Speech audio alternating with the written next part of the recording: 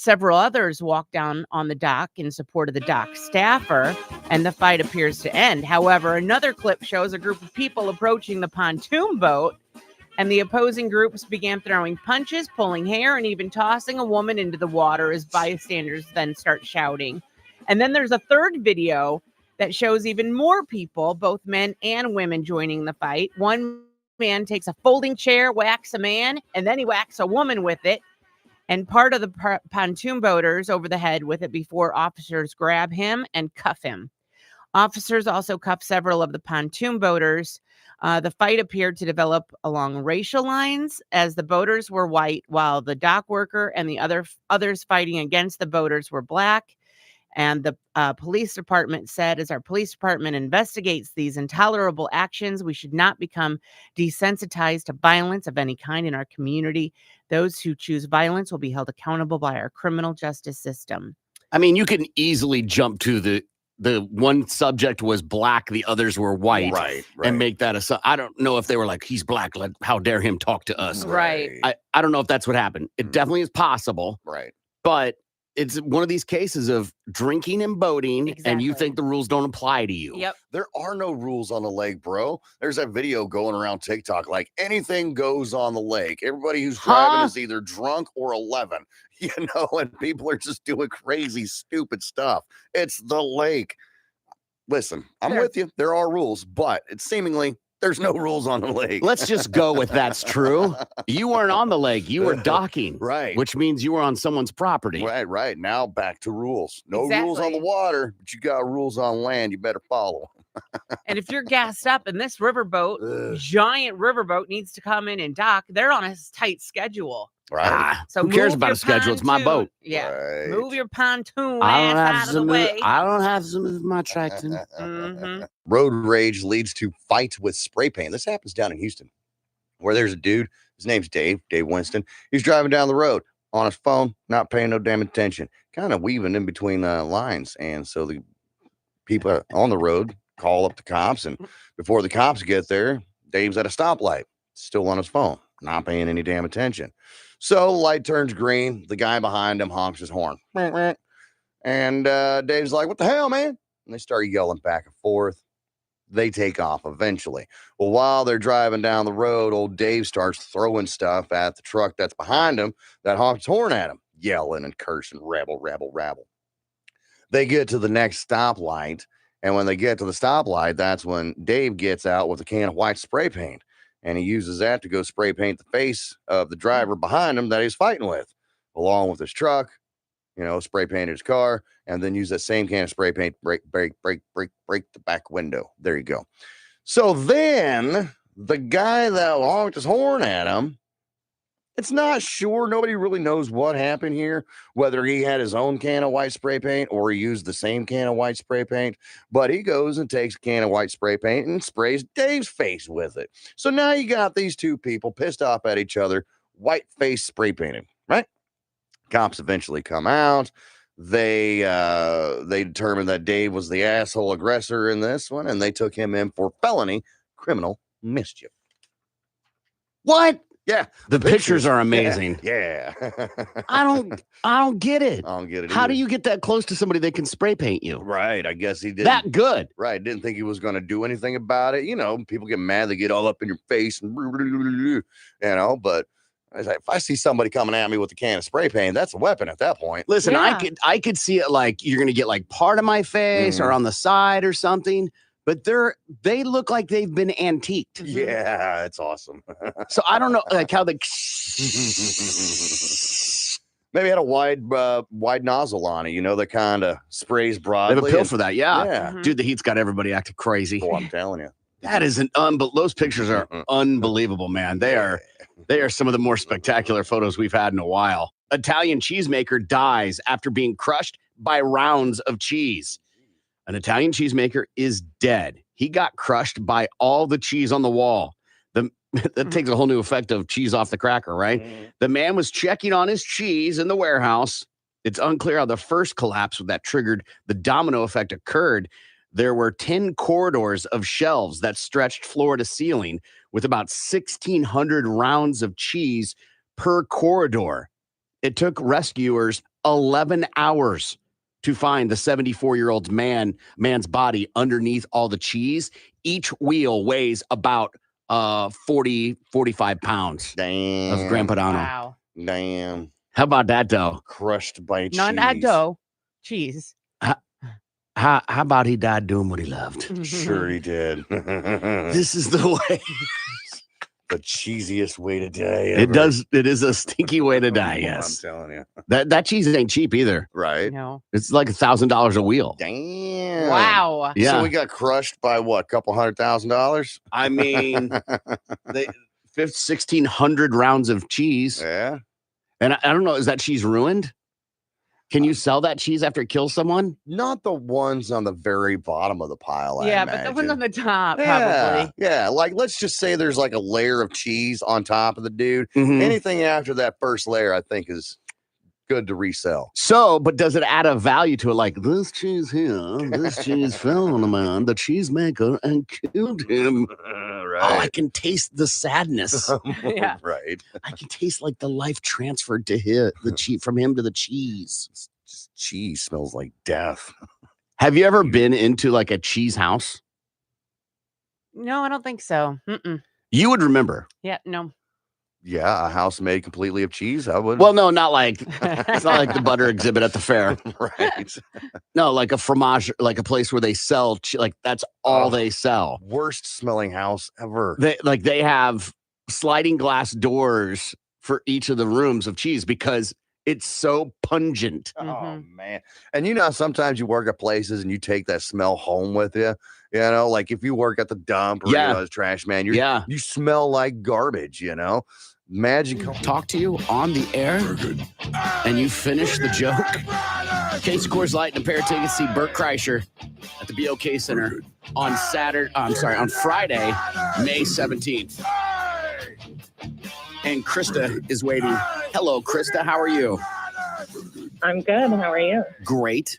Krista, give us your setup to a joke. Okay, I've been waiting for this one. Okay. Knock, knock. So many possibilities here. Knock, knock. Who's there? I eat mop. I eat mop who?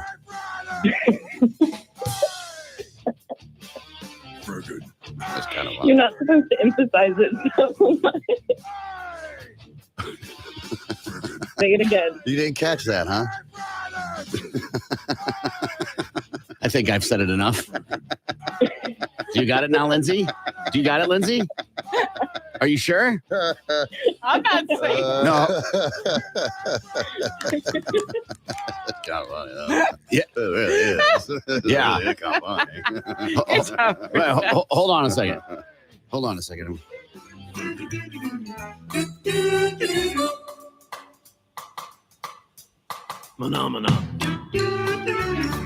We got it. Just want to make sure we had it there. All right. Yeah. How disappointed are you? I'm not disappointed at all. More embarrassed, actually.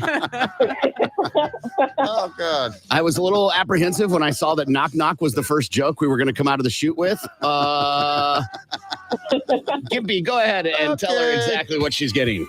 And your bad joke just scored you a case of Coors Light and a pair of tickets to see someone that can actually tell a joke. Bert Kreischer. Back to you, Corbin. Have you ever seen Bert perform, Krista? I have not You know who he is. yet. Well, I haven't seen him live. Right. Well, you're going to have a good time. That show's going to be on Friday, May 17th. Hang on the line so Gimpy can get your info, okay? All right. Thanks, guys. Excellent job. Appreciate that. Let's get balls to the wall sports.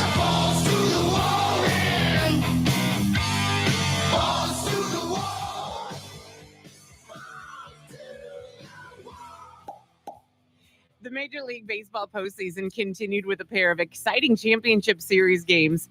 The Astros evened up the American League Championship Series with a dominant 10-3 win over the Texas Rangers in Game 4 at Globe Life Field.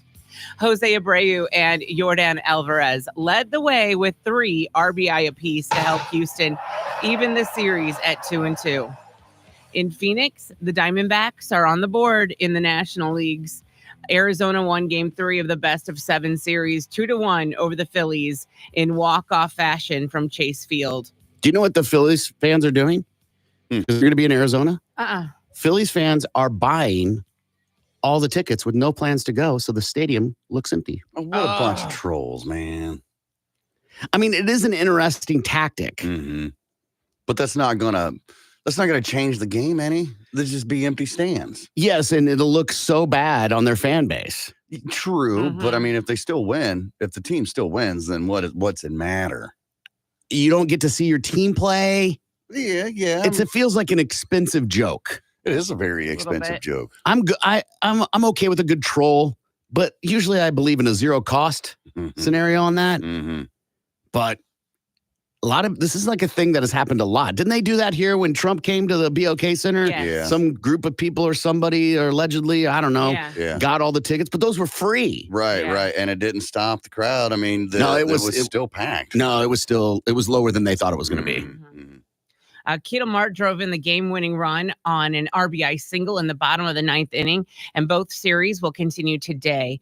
And what a difference one game makes. Going into Tuesday nights, the going rate for a standing room only ticket at Citizens Bank Park was over $450. Who plays at Citizens Bank? That is where the Phillies pounded the Diamondbacks at 10-0, giving them a 2-0 series lead. Yesterday, game 3, fans who wanted to get into the stadium for that game, tickets were as low as $17 on some secondary market resale websites. Yeah. It depends on what, like, they're comparing 2 different places for prices of tickets. So, yeah. And that is your Balls to the Wall Sports. I'm Lindsay on 97.5 KMOD. Balls to the Wall Sports is powered by Miller Lite, the original light beer. Great taste, 96 calories. More of the Big Man Morning Show is next. Tulsa's Morning Show continues next. This is great, but pages 39 and 40 are stuck together, so... And also, if you find a Chiefs shirt and bring it to me, I'm going to be psyched and tell you how awesome it's worth. Right. I just, to me, that is the, when people are like, oh, these magazines are going to be worth so much money. Okay. I just don't buy into that. If they're in mint condition. So what? Again, so what? Who cares? You got to find somebody who's going to pay that kind of price, whatever. Exactly. Drew carried all. We see people on that stupid show, Pawn Stars, and they bring in super rare things. Right. And even they're like, it's not worth that much. So I don't know why a bunch of magazines would be worth $20,000. I think some of these stories get so over glamorized to make them sound sexy. One junk removal company found weapons. We took out some old furniture, including a large desk from a man's house. We were finished and drove to the transfer station. As we dumped our load, the desk came sliding out and hit the concrete. It broke apart, and lo and behold, a .357 Magnum revolver comes tumbling out. I'm surprised by these dumpsters that take on full pieces of furniture. Yeah. It's a junk removal company. So it's probably like cleaned out. Okay. House Yeah. Okay. Yeah, I got a buddy of mine that works for local trash company, and he finds weapons all the time. He's found knives and guns and stuff. And yeah, that doesn't surprise me any. Does he have to alert the authorities if it's a gun? You know that? I don't know. I didn't ask. You think that would be something to ask, but I'm like, in case it's stolen or part of a crime. That would make sense, yeah. Kelly Sarber, the president and CEO of Strategic Management Group, trash cans aren't the only places where creepy things are lurking. It's fairly frequent that we have homeless people mistakenly fall asleep inside a dumpster and delivered to a landfill or other processing facility. Did you say common? Yes. Yeah. I know it happens. It's fairly frequent, she says. Yeah. Same trash buddy. Same buddy, that's trash, man. He's a good friend. He's not a trash buddy, am I right? But same thing. He's had bodies roll out, people, homeless people that have fallen Sure. asleep in there. He has lifted up trash can to dump it, right? And found prostitutes back there at work. Behind the trash Yeah. can at, working. People doing drugs and stuff back there. So yeah, that's another not really surprising at all. Yeah. One guy says, I worked at a medical waste factory where we would find amputated body parts and bins full of blood and used needles. Yeah. Cold hard cash. I found $4,000 worth of cash in a cereal box once. Nobody will ever look in the tricks. Yeah. Local gypsies had been cleaning out their caravan and threw out the box of cash by mistake. Did you say gypsies? Yes. Huh. Yes. Okay. We managed to find the box and rightfully return them their money. I can only go with what I've seen happen with my trash being picked up, Mm-hmm. and they don't go through the trash. Right. They just dump it in the thing, Yeah. and on to the next stop, right? Yeah. And I would think when they dump it at the dump, they back up, open the hatch, dump, pull away. Same. Yeah. That makes sense for like private residences because mostly in trash bags. And if there's anything that's too large to go in there, let's say a couch or lawnmower or something like that, usually go beside the trash can, not Fair. inside of it, So I can see why they wouldn't go digging through your particular trash, a private residence trash. But with public dumpsters, these big ones, we got people out here all the time dumping stuff in our dumpsters in the back parking lot here. Yeah, but the Trashosaurus Rex comes and gets it. Right. They don't even get to see. Most of the time, they don't even get to see in it. Right. And again, they back up, dump. Never even seen again, from what I've seen, maybe they do stand out up beside it and watch it. But Right. people that are trash people that are listening to the show have told us they don't get out of their rig. Mm-hmm. Only to open a gate to get to the dumpster is the only time they get out of their rigs. Mm-hmm. I wonder what that day was like when the automated garbage trucks came through, like the day that they got those, or what they were told they're getting those, what that day was like. They probably hated it Why? because it eliminated jobs Oh, that's well, I still see 2 or 3 people in those trucks. for residential, but for Trashosaurus Rex that picks up the dumpster, Yeah. it's one person. Right. Okay. Kelly Sarber, the president and CEO of Strategic Management Group, again said that we had a woman in New York City mistakenly toss her diamond ring into the trash.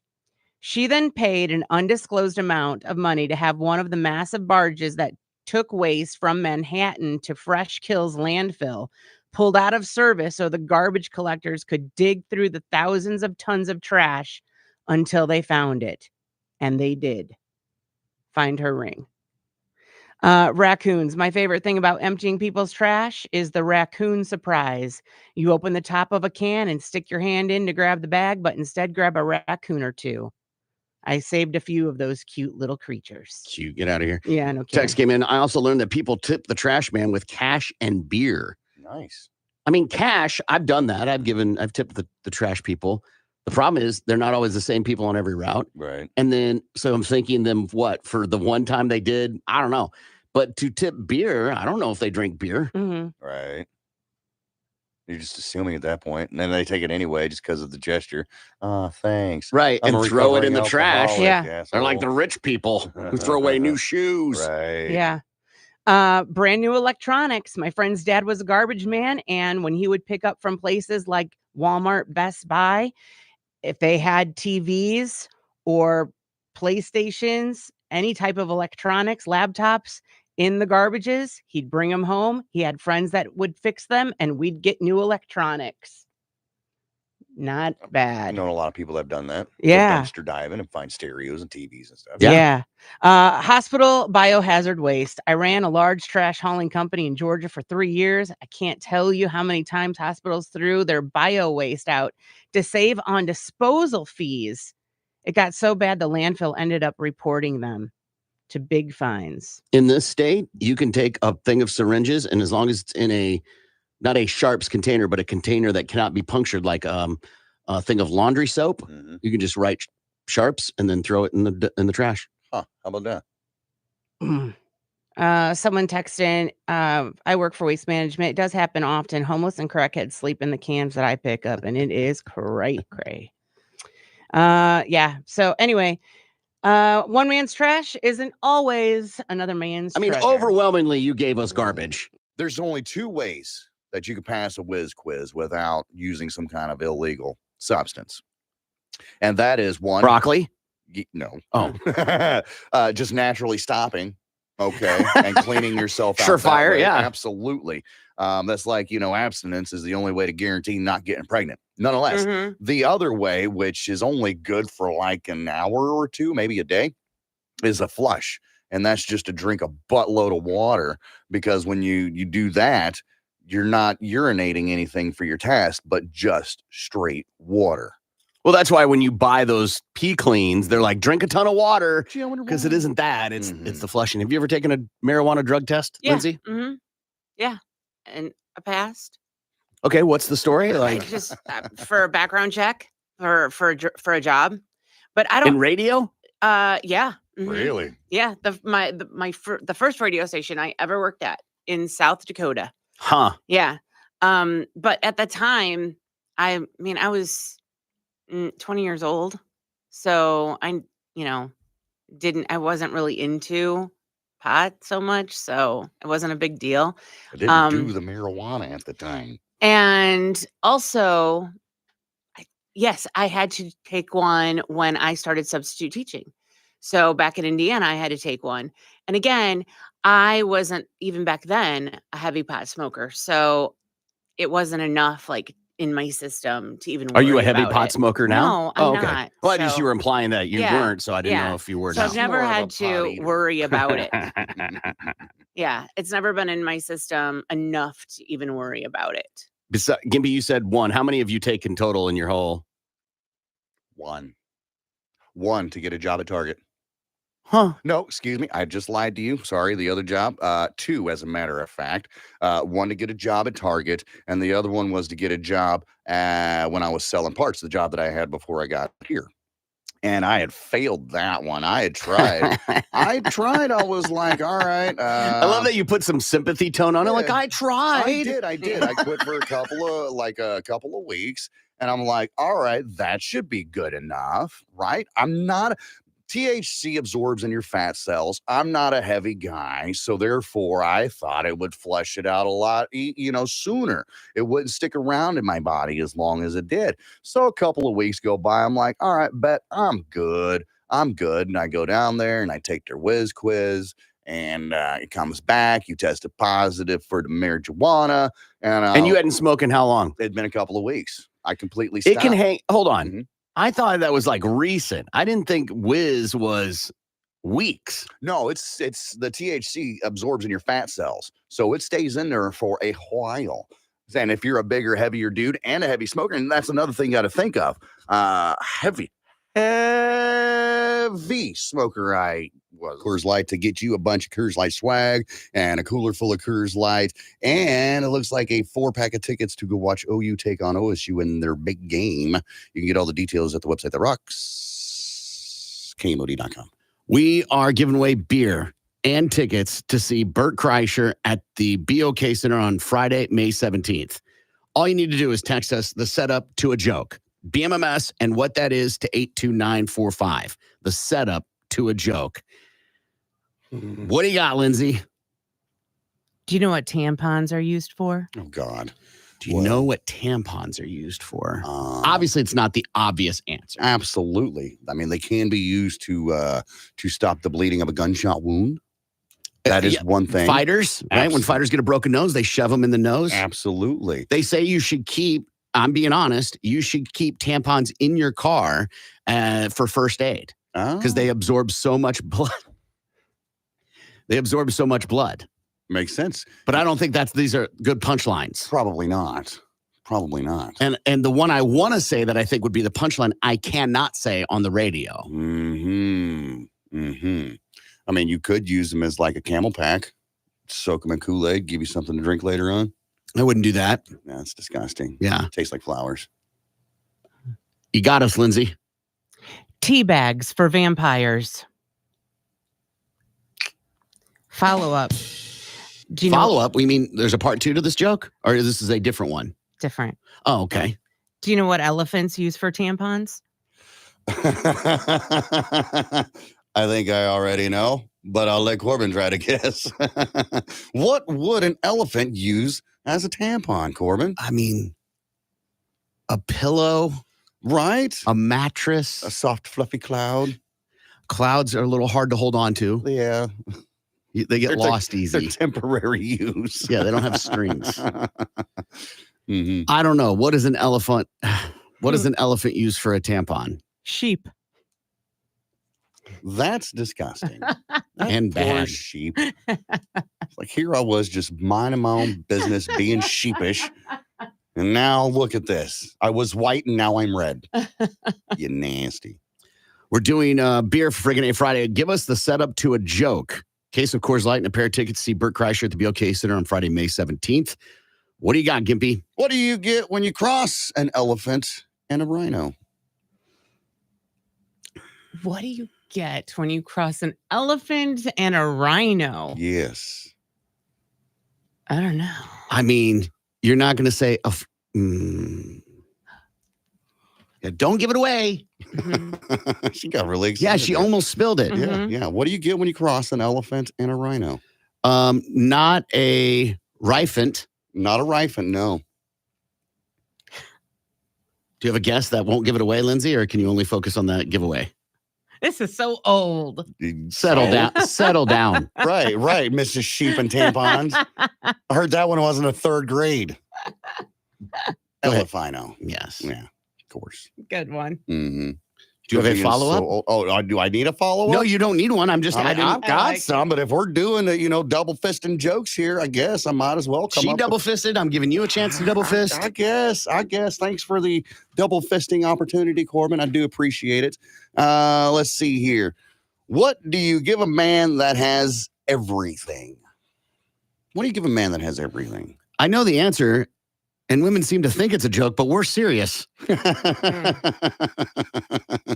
Lindsay, what do you give a man that has everything? Some guys are hard to shop for. So what do you give a man that has everything? I want to say, but I'm afraid I can't say it on the air. Okay.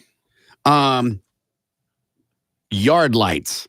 Well, you don't give him yard lights. We've learned once before that is a horrible I'm gift. just trying to give an answer. Absolutely. Penicillin, Oh, because he's got everything. You can't crush her for an elementary joke, and when you then Yeah. set one up. I kind of like doctor jokes for setup jokes Yeah. because there's always a punchline and they're hard to like gauge the right. It could be anything. Mhm. They're kind of adolescent. But a man is getting a checkup and the doctor says, you have to stop masturbating. Oh, no. Well, why would you have to stop doing that? I mean, it's fun. It's pleasurable. why? Remember we talked yesterday about like giving some answers to kind of draw this out a long time What? and not just say why. What's wrong with masturbating? Because I'm trying to examine you. Oh, good God. man. Good God. I went to the doctor recently. I went to the doctor recently and he said, don't eat anything fatty. But I love fatty foods. Yeah, man, it's delicious. Hamburgers and hot dogs. Yeah, sign me up. And I said, what, like bacon and burgers? And he said, no, fatty. Don't eat anything. Hey, fatty. You did the rhino joke, and it reminds me of a totally great dad joke, and that is, why don't you see rhinoceroses in trees? Well, that's fun. Okay, well, they don't have opposable thumbs to climb trees. All right, but neither do dogs, and I've seen them climb trees too. Okay. Lindsay, why don't you see rhinos climb trees? They're too heavy? Would make sense. Because they're really good at it. Ah, Okay. yes. Oh, good God. Yes. Mm. I said it was a dad joke. Uh-huh. Wasn't like calling you fatty, Right. but that's how you get beer. We want to know from you. Give us a good setup. BMMS and whatever that setup is to 82945. We're going to pick someone to win a case of Coors Light and see somebody who does really great joke setups. Bert Kreischer, he's going to be at the BOK Center on May 17th. We'll take a break. We're going to give away Tool tickets coming up. Tulsa's morning show is coming right back. The Big Mad Morning Show. Tulsa's Rock. Always Of appreciate it. course. So here's the thing. You said you made your living off tips, which implied you did not make a salary. You did not make money. I mean, I did, but it helped add towards the living that I'm making these Of tips course. here. Like, we should then get tips. Shouldn't we, though? I love it. No, we can't leave a jar out front. The hobos will take it. What was the Nonetheless. biggest tip? His More name than you was can handle. He was about 6'7", 450 pounds. Biff. Massive. Biff, what is his name? Right. Tiny. Ew. I think the biggest tip that I got was, I think it was like a $20 bill. Yeah, it was a $20 For one song? For one song. Ugh. Yeah, those drunk bitches, man. When they want to hear it, they'll pay for it. I'm like, What's the "All right." most you hauled in a night, tip wise? Tip wise is like $100. Damn. That ain't too It's awful not bad. No. And I don't have to split that with like, the other barbacks, bartenders, Right. waitresses, or whatever. That's all me. So that was Would they split their tips with you? no, hell no, never. But they had to split it amongst themselves Sure. or whatever. So I was total separate entity, got to keep everything. I didn't. I've never tipped a DJ ever. Well, I've told him to get out of that career, but I mean, Yeah. That's I've a never. horrible tip. That's technically a tip. I've never. No. Yeah. Now, if you were did you ever DJ a gentleman's club? No. Oh, okay. No. I mean, I'm not saying that I wouldn't or wouldn't have back then, but no. It's like having to be an employee at a weed store. What are you talking about? Right. Yeah, right. That's true. Good point. Nothing would ever get done. Cinnamon. to work. Wait a minute. Who's going to announce Cinnamon? Get off of Cinnamon's lap, Dimpy. Come on. She likes me, man. Right. It told We're me. trying to pay each other's electric bills. Come on. Predictions that were made in 1923 of what it would be like in 2023, which is, fun. That's for cool. those that don't know, you're 4 days into it. One, the workday will be only 4 hours long. Ha. Check. Yeah, right. We got that one, don't we? It says that because of electricity, work will only be 4 hours long. Hmm. That's what they said in 1823. Women will blacken their teeth and shave their heads. Well, I mean, there's some wrong. weirdos out there that would do that. No, You don't think? no, there's no one do. There might be two, That doesn't matter. but it's not a thing. Yeah. Yes. It's now predicted that by the year 2023, only a mere little stretch of century ahead, women will probably be shaving their heads and the men will be wearing curls. Those two things are true. Also, the maidens may pronounce it the height of style and personal pimping to blacken their teeth. That's interesting. Nope. They had it wrong. Whiten their teeth, yes. Whiten Yeah, right. Whiten Yeah. their teeth, You're yeah. right. Radio, yes, hi, Mhm. will replace gasoline. What? Okay. An expert in airlines and airplanes gives, he predicts that by the year 2023, gasoline as a motive power will have been replaced by radio. Okay. And the skies will be filled with a myriad aft going over well-verified routes. So he's not wrong, by the way. This is actually happening and true. Mhm. The belief that we just didn't understand then how radio waves would affect airplanes. Right. Now we know that not to be a problem unless it's your cell phone. Turn it off. All people will be beautiful by 2023. I present at least 2 cases, Your Honor. Be nice to Lindsay. Life expectancy will be 100 years. What? People are dying earlier and earlier, man. No, they're No. not. Cut that in half. No. Life expectancy will be 300 years. Oh, Oh, my Jesus. gosh. People will wear kidney cozies. A kidney What cozy. the hell? Yes, kidney cozies will be worn to protect the kidneys on chilly days, just the same as a teapot in the north is kept warm by a tea cozy. Okay. Do your kidneys get colder than the rest of your body? No, but again, when they were doing medicine, one, there weren't doctors like what we know doctors to be now. People would just be like, I'm a doctor. Right. Mhm. Right. And they used to drill holes in women's heads to Right. let out demons. And they thought washing your hands meant you weren't a good doctor. Right. The idea was that the bloodstained hands would prove you knew how to do the work. Right. Exactly. Right. So men will curl their hair. Yeah, that's been happening for a while. Yeah. The old man perm. The U.S. will have a population of 300 million. Oh, wow. Well, I think we surpassed that one. Yeah. Now of 8 billion. Fornicating is It's- fun. It's in 2021, it was 331 million. So it's not a giant. It's not that far. Canada will have a population of 100 million. Okay. I don't know what the population of Canada is, but I'm sure it's more than that. More than 100. 38.2 million. Yeah. Utensils will be made of pulp. Pulp. Okay. Utensils and dwellings will be manufactured largely of pulp and cements so as to utilize vegetation and stone in every stage of decay, ordinary waste, or unfitness. I mean, it's not wrong, right? Like MDF is a real product. Uh-huh. And that's pulp, essentially, right? Yeah. Yeah. Yeah. I just don't know if I want to live in a house that's made of pulp and cements. Flights from Chicago to Hamburg will only take 18 hours. I've never flown from Chicago to Hamburg, so I do not know. I think it's like 8 or 10, Okay. maybe. Okay.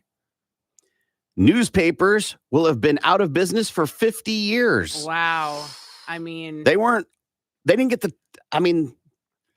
they're half right. Yeah. private kitchens will disappear.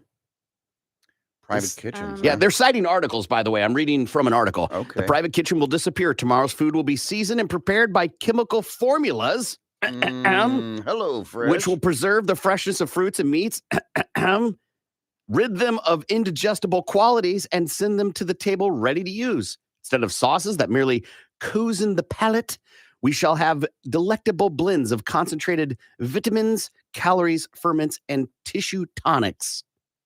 You. I mean, we have all that now, right? Yeah, we do. Look at like Frank's. Yeah. That is a tissue tonic, Mhm. if Okay. you will. The tissue of your tongue. I got it. Okay. Cancer will be eradicated. I wish. Cancer, tuberculosis, infantile paralysis, locomotor ataxia, and leprosy will be eradicated. I don't think any of those are eradicated at all. What's left? I mean, we pretty much handled tuberculosis pretty Yeah. well. Yeah, I'm sure we got a good And handle on leprosy. leprosy. I think but, leprosy's, got Yeah. you know, but there's still places in the world. When you say eradicated, I'm thinking it's like gone completely from the world, nowhere around it all whatsoever. I'm sure there's third world countries where TB's still a thing, where leprosy's still a thing. War will be wireless, and we might have telepathy or telepathy. I like telepathic idea, but I mean, wireless, think about it. War is Cyber wireless. It is yeah. wireless. Mhm. Yeah. People will communicate using watched size radio telephones. Wow. Watched size radio I can answer the phone on my watch. Yes, I can you answer the phone on mine. How fun are those, huh? Yeah. So they weren't too far off. Now, here's the problem with a thread like this. Mhm. Where's the ones that were way off, Mm-hmm. Right, of course. right? Of course. But they don't want those. Those aren't as interesting. And they're only showing by 2023. I can't cite what year that came out of. Yeah. Right. It's just whatever the thread. Again, anything on the internet, man, you might as well just go with not true. Right. You're like, that might be true. Probably not. Might Mhm. be. Right? I was in a little Twitter conversation with somebody about the Twitter files. Mm-hmm. And yeah, there's definitely some corruption being illustrated in those files. But one, Elon Musk picked which articles to release. Mhm. Two, picked the reporters to have go through them and release them. And he's hardly the most honest individual. And corruption, being in corporate America, is hardly a gotcha moment. Right. Kind of been going on for a long time. Yeah. Rugby player loses his favorite testicle in freak accident. Jack Johnson is the guy's name. Making banana pancakes. Not to be confused with the singer. He's a rugby star with the Newcastle Thunder over in England, and he was violently, he violently lost something extremely close to him in what he calls a freak accident during training. His favorite testicle, which is the left one, reportedly exploded After taking a direct shot from a knee, it had to be removed. This isn't the first time this has happened in rugby. No, that's It a happens violent a lot. sport, man. Mhm. It happens. And I guess they don't wear cups or only pussies do, I guess. I don't know. So I do jiu-jitsu, right? And I wear a cup and I can tell it annoys some of the guys. Mhm. Why? Because when they kick you, it goes, "Bonk." Yeah. Or like when you're changing positions that like there's a move where you put your knee into their stomach or on their sternum. Yeah. Mhm. And that sometimes your foot will then hit their balls. Yeah. And I just don't want people's appendages on my balls. Sure. Sorry. Makes sense. But if I'm Is in it rugby, ticklish or what? but I gotta say, if there is a if there's a chance, if I did radio broadcasting and there was a chance I could rupture a testicle doing it, I'm wearing a cup to protect my balls. Absolutely. And these are ones of pros that this is happening to. Mhm. You have no use for yours right now at all whatsoever. I mean, the path has been blocked. Yeah, So, I have like, had a vasectomy. Yeah, Yes. the use for your boys is null right now. Yeah. But I get it. No, it's You kind of grown attached to them over the years. it's the mental part. Yeah. Right. If you have one less testicle, you're half a man, That is true. and you're gonna feel that way. It's been documented. Well, some men feel that if they have a vasectomy, they feel like less of a man. I've never felt that. Well, I no, got I'm two reminders. Right. I'm not saying that you do, but there's some guys out there that, I've never heard anybody say that. Maybe they do, but I've never heard a guy say that. well, fortunately for Jack Johnson, he kept his sense of humor. He says that the team season has been a testy one, and we've not been on the ball as we Ugh. should have been. Yeah. Poor guy. That's got to be painful. I'm sure. Imagine it does. I'm sure. Just getting grazed Oh yeah, is a painful experience. yeah, Let alone a testicular rupture. Yeah. yeah. Band name. Yeah. Hello, we are testicular rupture. Yeah. It is a good band name. A guy sprained my ankle. I know, Mm-hmm. right?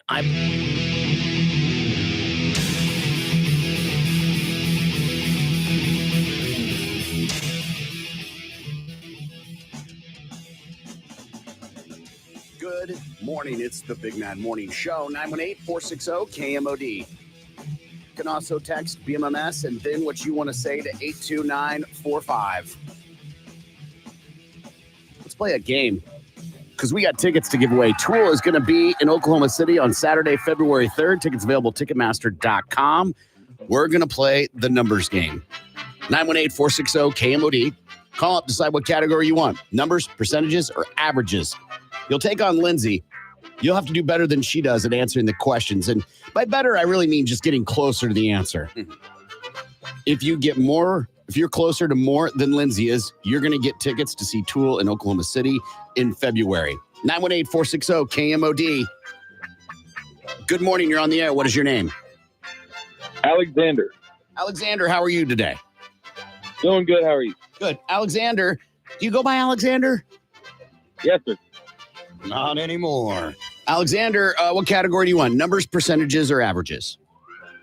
Let's do percentages. Percentages it is. 5 questions are on the line for Tool tickets. Just answer them the best that you can. Lindsay will come back in. She gets the same 5 questions. Whoever gets the most, closer to the most, is going to win those tickets. Are you ready?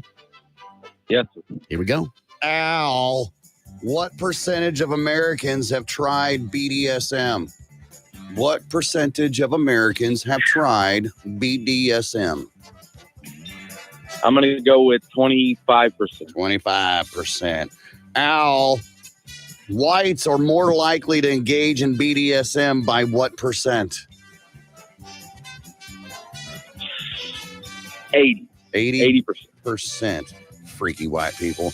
Hey, Alex, what percentage of those that have tried BDSM will never try it again? What percentage of those that have tried BDSM will never try it again?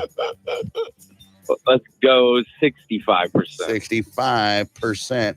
Al, what percentage of Americans that have not tried BDSM express an interest to do so?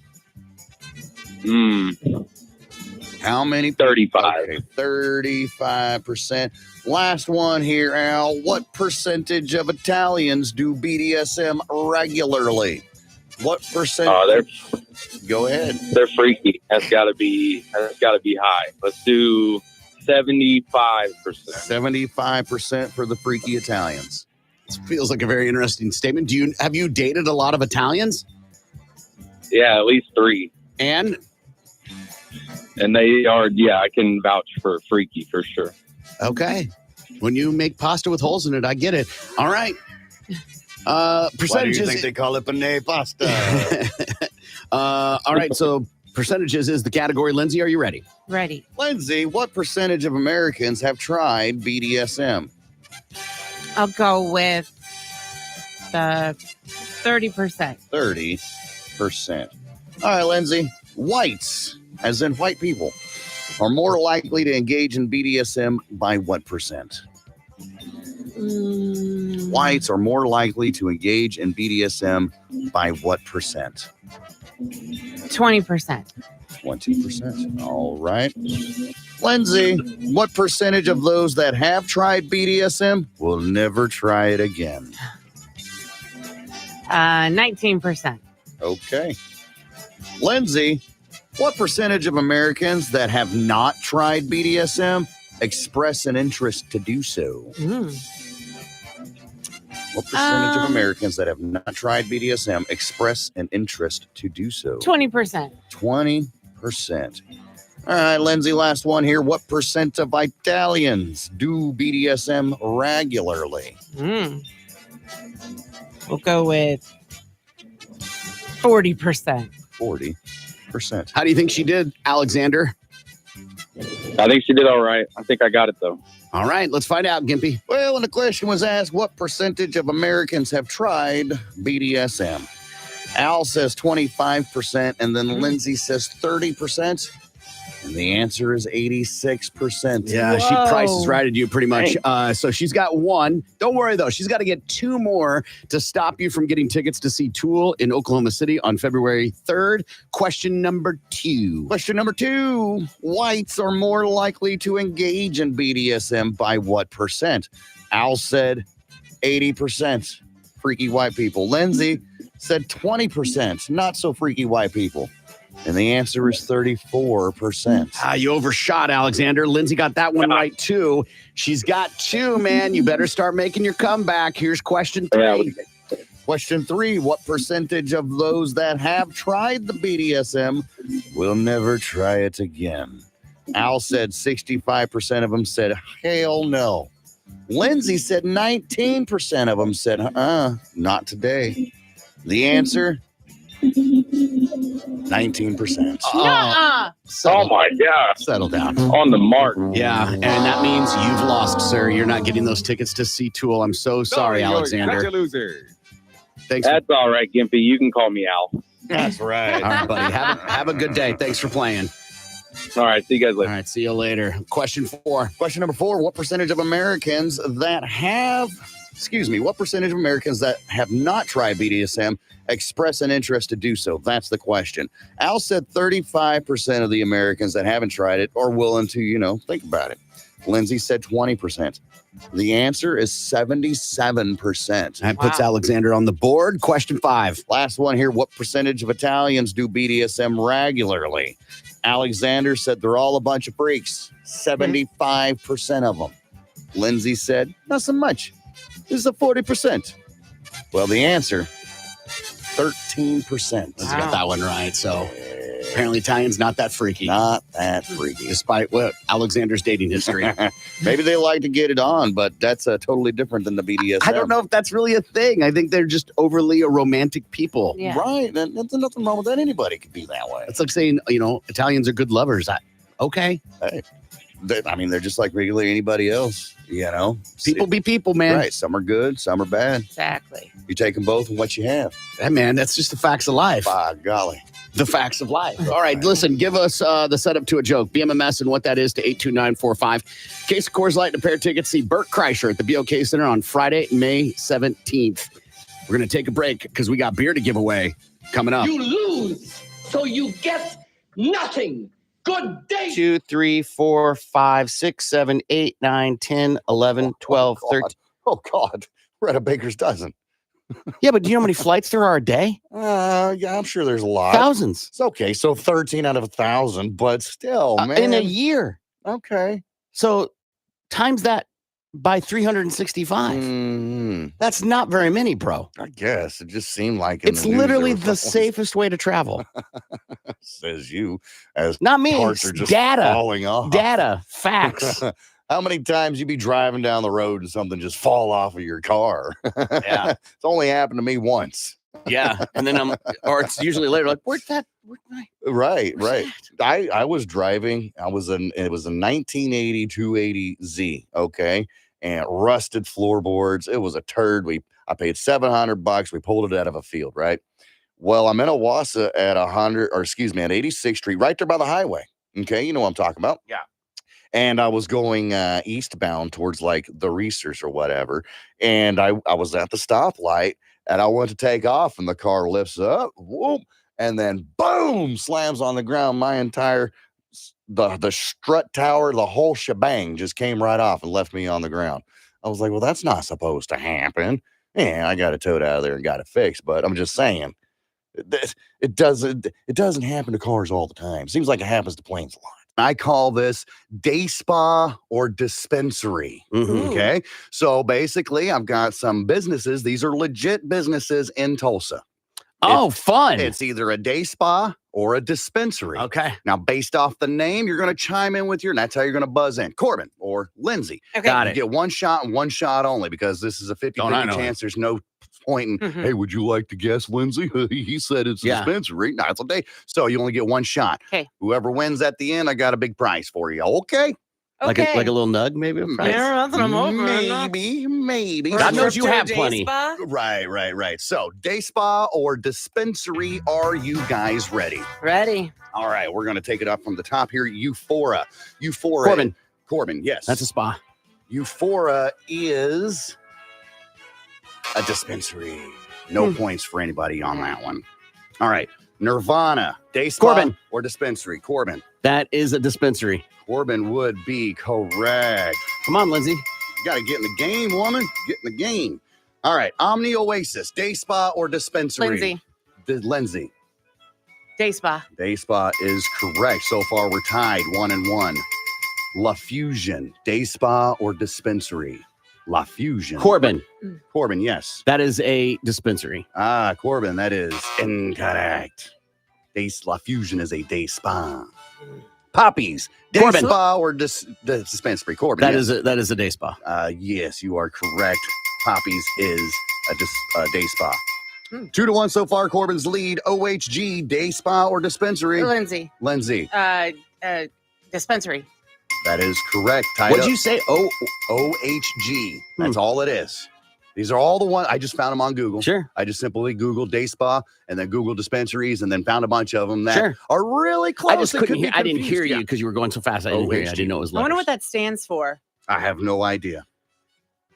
Nonetheless, moving forward, 918 Elevate, day spa or dispensary? 918 Elevate. Corbin. Corbin, yes. Dispensary. That is correct. Corbin's in a lead, 3-2. One Love Wellness, day spa. Corbin. You got to pick it up, Lindsay. Corbin, yes. That is a dispensary. Corbin, One Love Wellness is indeed a Wow. dispensary.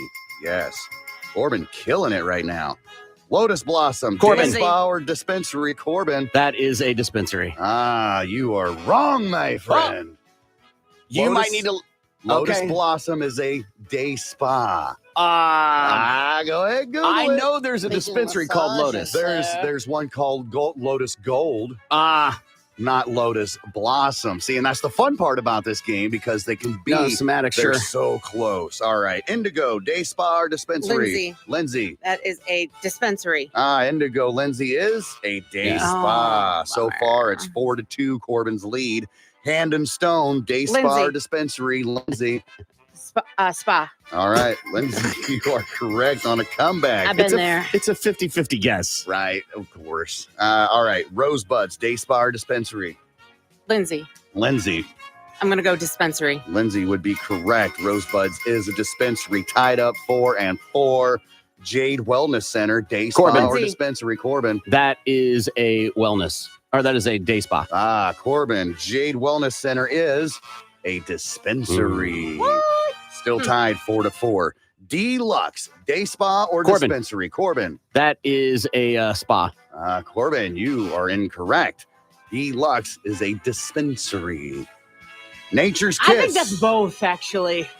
Who knows? This is just the Yeah, information that who was cares if it's given. accurate? Yeah. All right, Nature's Kiss, day spa or dispensary. Corbin. Corbin, yes. That is a dispensary. That is correct, my friend. Corbin just made 5-4. Aqua Viva Oasis, day Lindsay. spa or dispensary. Lindsay. Spa. Lindsay is correct. All right, so we're tied up 5-5. Fig Medical, day spa or dispensary. Corbin. Corbin. That is a dispensary. Corbin, that is incorrect. Fig Medical is a day spa. I was thinking because like sweets, Yeah. right? And Yeah. like sometimes you know it smells like You're a fig. thinking medical marijuana. Right, Yeah. right. Okay. All right. All right. Remember, this is for a big prize at the end of the Sure. at the end of the game here. Sure. You are going to love the prize that I have Leftovers. chosen. for you. Leftovers. Right, it's a Okay. roach. Right, right. Bong And not water. the one you smoke. It's the crumbs. Laura Apothecary, day Lindsay. spa or dispensary. Lindsay. Dispensary. Lindsay is incorrect. The Yeah, it's a Laura spa. Apothecary is a day spa. Lucky Garden, day spa or dispensary. Corbin. Corbin, yes. That's a dispensary. Lucky Garden, Corbin is a day spa. So far, we got 6 to Corbin and 5 to Lindsay. The Health Center, day spa or Oh, dispensary. Corbin. Corbin, yes. That is a dispensary. That is correct. You sound like you've been there before. To me, the name was just so obvious. There's no Right. way you're going to call an actual spa that. Right, the Health Center. Supreme Heights, day spa or Corbin. dispensary. Corbin. That is a dispensary. Corbin would be correct. All right, so we're looking at 8-5, Lindsay. Okay. All right, we're down in the home stretch of this thing. All right, the Enchanted Cottage, day Corbin. spa or dispensary. Corbin. That is a dispensary. Corbin is incorrect. That is a day spa. Why are people calling here asking for that weed? Got any specials on an ounce, man? It's called Enchanted. Wildflower, day spa Corbin. or dispensary. Corbin. That is a dispensary. That is incorrect, Corbin. Wildflower is a day spa. All right, Clover Patch, Tulsa, day spa or Lindsay. dispensary. Lindsay. Dispensary. Lindsay would be correct. What's the score? 6-8, Corbin's Okay. lead. All right, the Merry Mind, day spa or Lindsay. dispensary. Lindsay. Spa. Lindsay. The Merry Mind is a dispensary. All right, the Relax Station, day spa Corbin. or dispensary. Corbin. That is a spa. That is correct. Corbin is up 9-6. Path to Wellness, day spa or dispensary. Lindsay. Lindsay. Dispensary. Lindsay, Path to Wellness is a Oh, day I'm spa. sorry. I thought you said packed. Oh, yeah. Was that the wellness. problem? Yeah, I thought you said packed. Sure, yes. Let me enunciate a little bit more, shall we? All right, let's see here. Heirloom, day spa or dispensary. Heirloom, day spa or dispensary. Corbin. Corbin. That's a dispensary.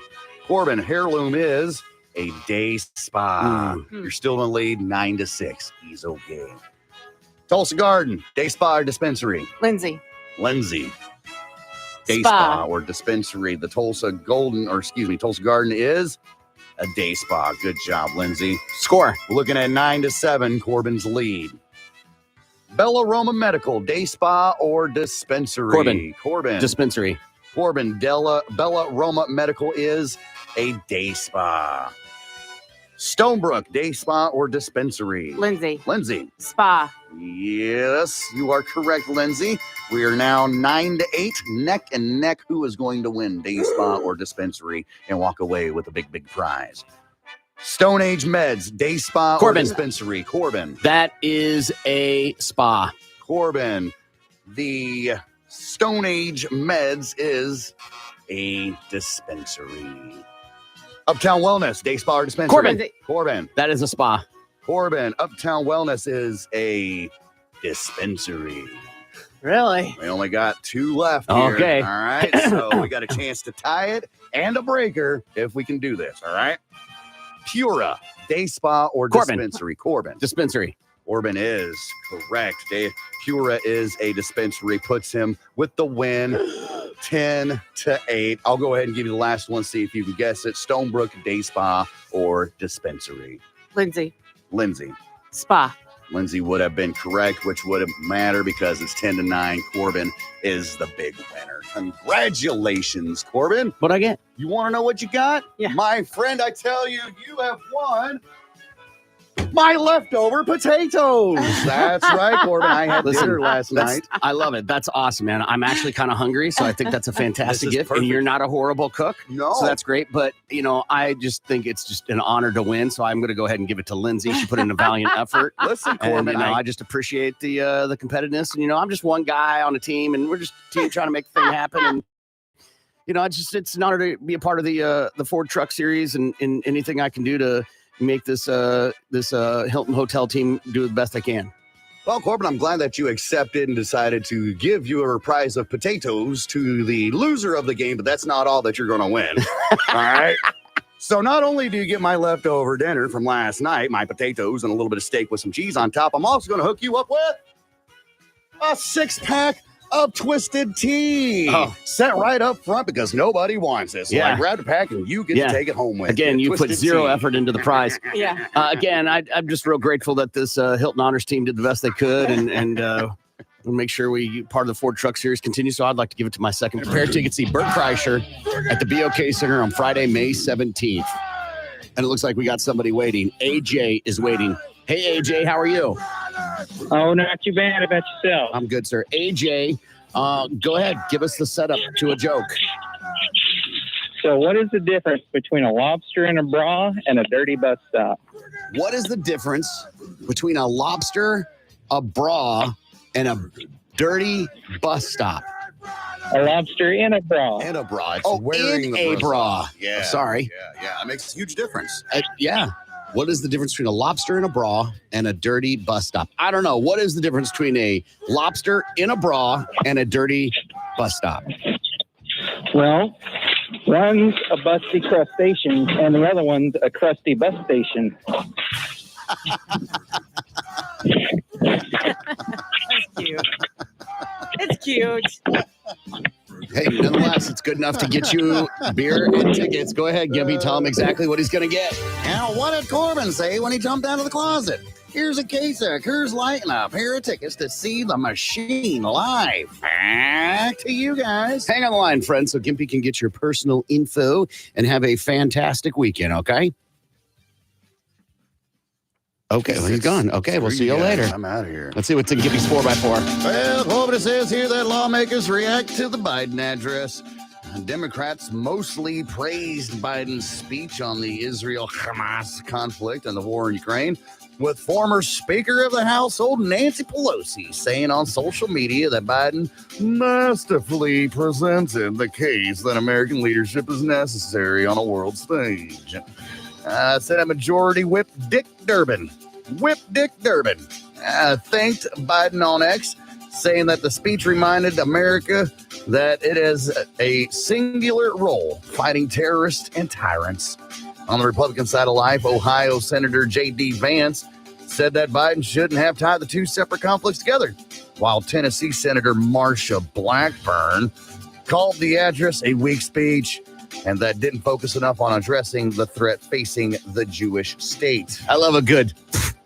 All right. Weak. What do you think was the speech? I could have done better. Awesome. It says here, U.S. soldier who fled North Korea is facing multiple charges. The U.S. soldier who crossed into North Korea is now charged with several crimes, including desertion, assault, and soliciting child pornography. Zoinks. Yeah. So, wait. So, is that why he fled? I don't Like, know. were they on to his case? I don't know. And then, zoo. Yeah, I saw that. And I was like, holy cow. How did that come about? I mean, I expected him to get a court martial or abandonment or something. Desertion? Something. Absolutely, but child porn. Child porn's like, Soliciting child porn. So he was like looking for it. He's like, hey, anybody got any kitty porn? hey, you want to buy a watch? Oh, good God. Private second class Travis King was kicked out of North Korea in September, 2 months after he ran across the heavily militarized border with South Korea, where he had been stationed. He had been scheduled for a return to the U.S. to face discipline after spending almost 50 days in South Korean jail when he made his way into the reclusive neighboring nation. So did he flee thinking they were on his case and like, I'll just go there? That's a safe haven for child predators. Sure. And so he gets there and they're like, hey, whoa, you got to go. Well, we don't even. That's sad when North Korea doesn't even. I don't know if like, it's sad. no. It's probably like, That makes sense. They don't want anybody there, but it's like you think. Anyhow, he's currently being in custody at Fort Bliss down in Tejas. McHenry speaker plan hits a wall. Ohio Congressman Jim Jordan, I just couldn't make it, Jordan, told reporters that the Republican member decided against voting on a resolution to empower McHenry. Jordan said he's still running for speaker and plans to go to the floor for a third time to try and get the votes to win the race. Apparently, he even tried to put in for the guy who's filling in, like the custodial speaker of the House, to take over. And he was like, no.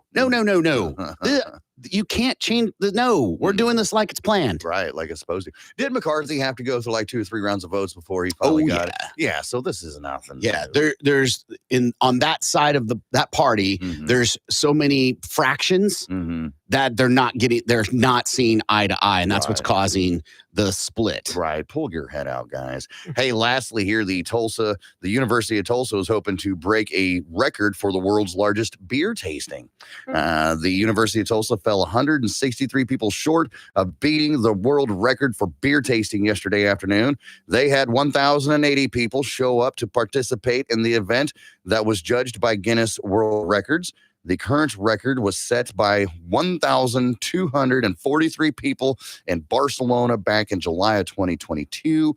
The University of Tulsa partnered with AB, Anheuser-Busch, and Tulsa Oktoberfest in the attempt to set the new record. Yeah, because they did it so well with pizza. They thought, wow, we could do this again. There's only one thing missing from that they had with pizza they didn't have with the beer tasting. Children. Us. Oh. That would have been... Wait, what's the difference? Us. We weren't participating in it. Yeah. What I get the joke with children, and you said it was missing us. We're children, and that was a weak attempt.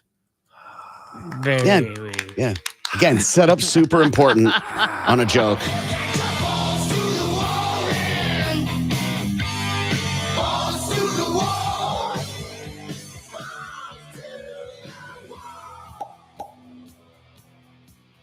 Yesterday, the University of Michigan announced that the number 2 ranked Wolverines were being investigated by the NCAA over allegations of sign stealing.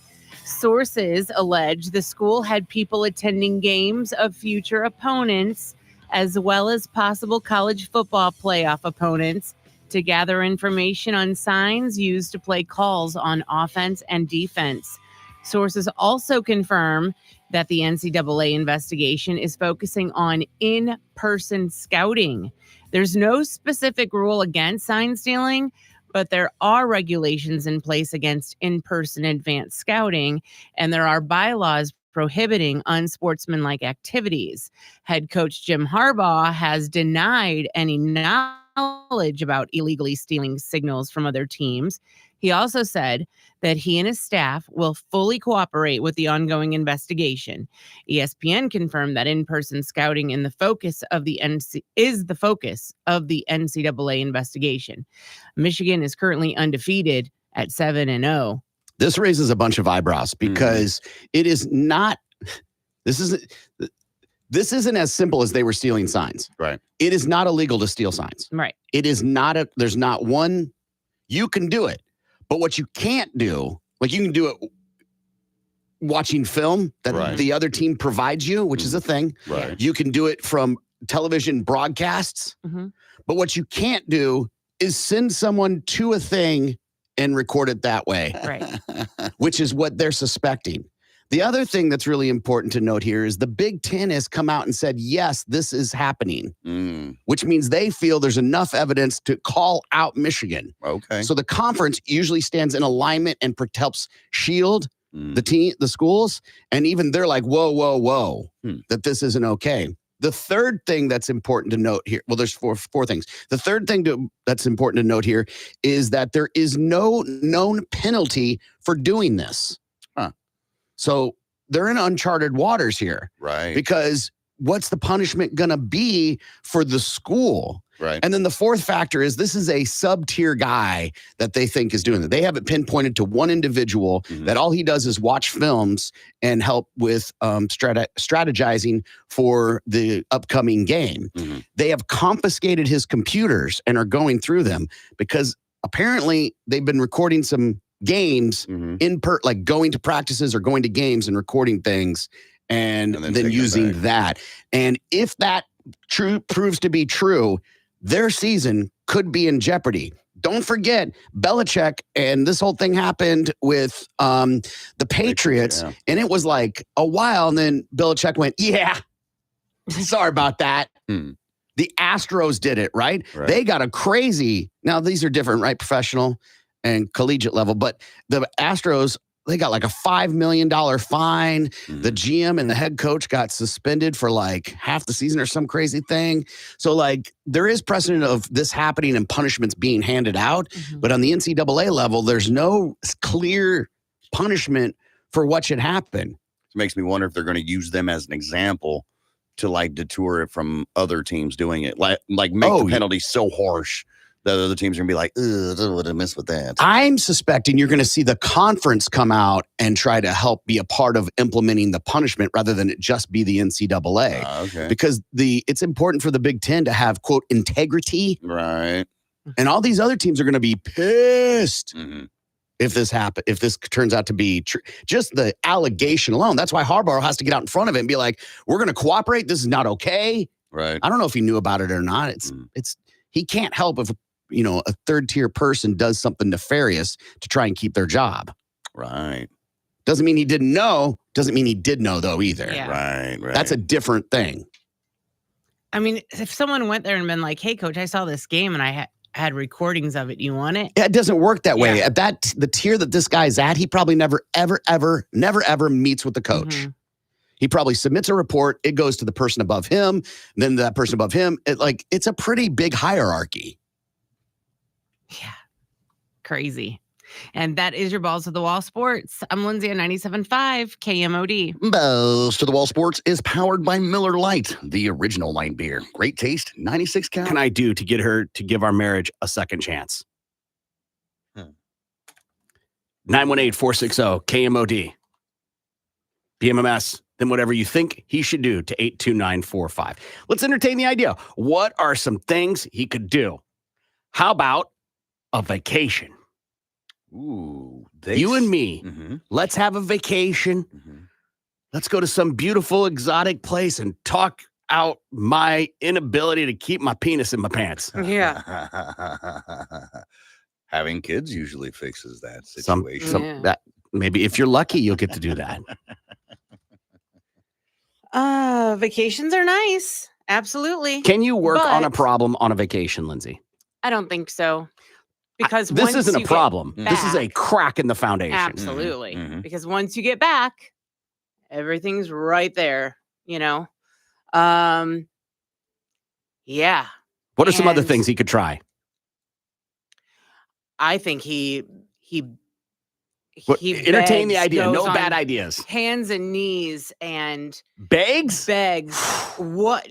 Yeah. What do you want me to do? I will do anything you want me to do. Yeah. Horrible way to get into a conversation with somebody, right? And this is why. Because you want to fix it. You have to come up with ideas. Not me. You want to fix it. Why do I have to tell you how to fix your problem? Not just this, any scenario, if you have to go to the person and be like, tell me what I have to do to fix this, then you shouldn't be in it. It's a horrible way to get into a conversation with somebody to try and rectify a problem. Because it means you don't know. You haven't even entertained ideas. Right. How about a candlelight dinner? That's not enough. Good and gravy and all, but the distractions there, man, you're not going to be able to enjoy your candlelight dinner, You're not going to be able to do much of anything fun, a vacation or anything like that, because, there's a giant elephant in the room. Again, we're just trying to convince for a second chance. Mm-hmm. What about a spa day? Sure. I'll go ahead and let you spend your money on me so I can go and feel better. Yeah, is he About going to send myself. her on a spa day? I know. I think he needs to go to her and definitely like he needs to know from her what she expects from him, I don't think. what he wants her to Come do. on, What- Lindsay. yeah, Come no. on. Come on, Lindsay. Taking Come on, her- Lindsay. What? What he expects of her. What Don't she have sex wants with him other to do. people. Yeah, absolutely. That's what the expectation is. Absolutely. But he's done it. He's done the damage. Yeah, so we're He's talking about a done the second damage. chance. Exactly. So what do we're just talking about crazy ideas. Yep. Commit to Yeah. an idea, Lindsay. Yeah. So going on vacation, sure, it's nice, but now he gets to go on a vacation too. Like, it's almost like, I don't know if I want to go on a vacation with you right now. Hall pass. You want a crazy idea? Give her a hall pass. There, Give her yeah. an opportunity to even Stevens this thing. Okay. Mhm. And she doesn't have to tell him about it. Ever. Well, no, she knows about his, so I feel like it has It's to be only even. fair, yeah. If it's even, it's even. No. Why do you not get to tell anybody? Maybe she doesn't even take him up on it. He'll never know. Mm, You know what I mean? Let him wonder.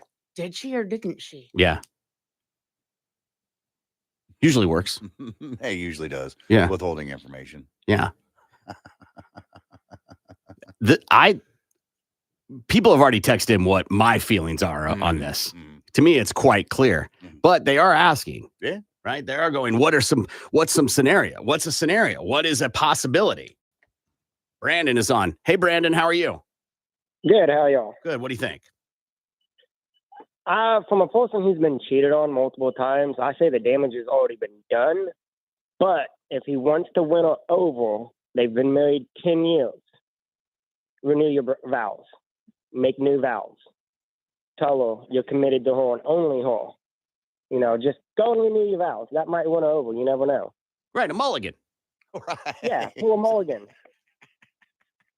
Yeah. Pull that mulligan card. Pull it all day long. You said that you've been cheated on multiple times, Brandon. Would that have worked with you? No, because I stayed with someone who cheated on me 9 times. Whoa. Yeah. Are you But blind? Are you blind? Well, I lived 7.5 hours away from my family at the time. So I was kind of forced just to stick around because I was in a state I didn't know. I wasn't from that state. So I stuck around and rode out the roller coaster. What was her excuse on the 7th time? His excuse was I was away from the house for 2 weeks on walk and he got lonely. So this is your boyfriend. Yeah, it was my ex. Yeah. But when he said that, I was like, yeah, I'm done. I took the call around midnight when he was drunk, took the call, and I left and never looked back. Had to rip that Band-Aid, huh? I just left. I was done. Wait, that was the 7th time. Yeah. And then you took the came call back. Took the call back because I was like, oh, maybe you changed. Then the 9th time was finally the draw. For him I'm just being really honest. Him cheating 9 times, do you blame him or yourself? I blame myself for being blinded by love. But it wasn't. Stupidity. No, it wasn't, though. No. No, it was not my fault, but I mean, I kept going back. No, it's your fault. It wasn't love. It was my own stupidity trying to think I can change someone. Right. Hope. Well, it was hope. You were hoping. Mhm. You were hoping he'd Well, love yeah. you. Yeah. Yeah. Right on, man. Brandon, have a great day, man. You too. All right, see you later. These texts are good. Scott is on. Hey, Scott, how are you? Good. How are you? Good, buddy. What do you think? You know, let's be real. I love some of the comments, and you guys especially, but let's be real. You're not going to be able to give her a hall pass because we as men are never going to forget that. We're never going to stop dwelling on it. And, you know, we're going to be the demise of that at that point. I think there's only one way to really do it. Either walk away because you can't tell me guilt took over after. You were enjoying it then. You went out for that purpose to go meet somebody. So either open this up to an open relationship, ask her, hey, do you want an open relationship, or walk away now, brother, because you lost it. Let me ask you, Scott, what would be an argument they would have had that would have not justified him cheating, but going out and being completely reckless? Like, what's something? Well, she would have had to cheat. I mean, the only way I'm ever going to cheat is she walks to me and says she just cheated. I'm walking out. I'm going to get me some, and I'm done with this relationship. But then, I mean, you're I mean, not let's really be real cheating as at that men. point, are you, Scott? You're not. Well, Mhm. you know, until that divorce, I get it. But there's no hall pass or dinner or vacation. I agree with her vacation. I mean, she's not going to forget that. I don't care if 5 years down the road, that's going to be in every argument you have. Mm-hmm. So you might as well either walk away or open this thing up and let's become swingers. Just walk up to her with a Let's be real. pineapple in hand. Right on, man. Upside down it, baby. All right, Scott, have a great day, friend. You too, All guys. right, see you later. Got a great idea to fix the situation. Fruit. I hear that. Like, if she cheats, I'm going out right and cheating, and cheating right away. It's going to be like the movie Hall Pass. I'm going to Applebee's and having wings and going to bed at 9. Like, Yeah. Right, because that's our routine now. No, That's where we're at. no, I don't have the game. Like, what are you talking about? It's not like I'm turning down women every time I go out the door. You go to the bar, you wait till about, 1:45-ish. Oh, You find the biggest woman with the least amount of teeth in her face, and you say, you're coming with me. I got to be honest. If I'm cheating as revenge, it ain't just going to be on crumbs. Listener email, I'm about to get divorced from my wife of 10 years Homeless because people eat out of garbage cans, I Corbin. made a You stupid better mistake get users. and had a one-night stand. We got in an argument. I left, went to the bar, and slept with some woman. Almost immediately, the guilt took over me. She's told me it's over. But I have to try. What can I do to get her or to give our marriage a second chance? Lindsay. Okay, so he already did the most awful thing he could have done, and that was cheat. But he was honest. So he's got that going for him at least. And if he wants to work things out, he's going to have to take the blame and take whatever is coming to him. If she is pissed, let her be pissed and just take it. Take the anger and just wait it out and see what she wants to do. The ball is absolutely 100% in her court.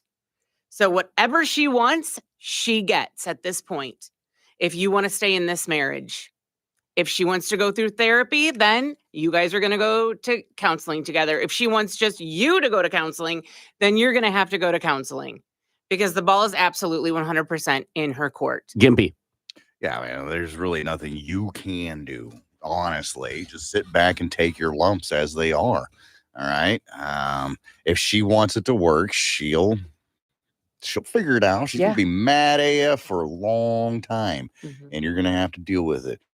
You're gonna have to deal with being boring. There's not gonna be any time going out with the boys or going out doing what else, And if you can't handle that, then you need to walk away. You need to realize,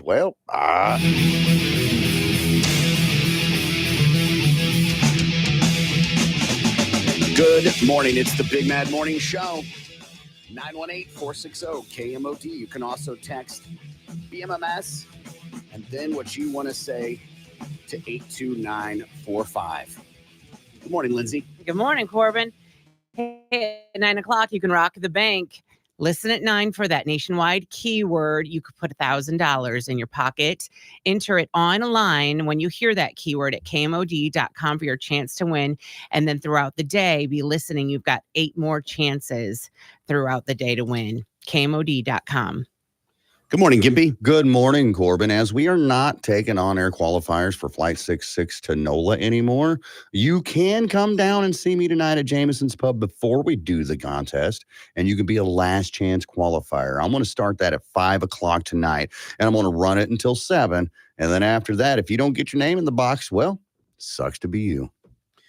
All right, we're going to play the new game. The way this works is we have a pair of headphones you will put on. One of us will put on. And then the others will take turns trying to get you to say a word, probably from Urban Dictionary. And you've got to try and guess the word we are saying. So Lindsay is going to be up first. She won't be able to hear any of the words we're saying. We're using my AirPod Max, so it's noise canceling. And it's also an annoying song that's playing. Oh, so. I was wondering if we were going to change the song. No, it just works good for time. Yeah, you're right. It doesn't matter if we have to hear it. Like, Yeah, I guess you're right. So let me go ahead and make sure this is playing. Yeah, good. That's a thumbs up. Good. I can hear only the song. You can hear only the song. You can only hear On Easy Street. you're so not- sweet. You're not witty. Okay. All right. Gimpy, you're first. Nope, it stopped playing. Yeah, I know. I stopped. Oh, okay. Yeah, you got to be able to hear. Yeah. when we start. Are you ready? I'm ready, man. Okay, All right. Lindsay. Lindsay. Right. You ready?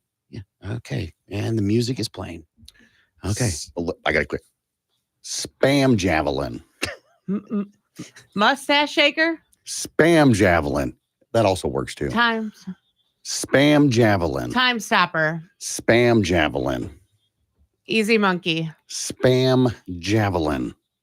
Sesame Street. Spam javelin. Siamese twins. Spam javelin. Money shaken. Spam javelin. Siamese Twinkies. No, spam javelin. Simple Simon. No, spam javelin.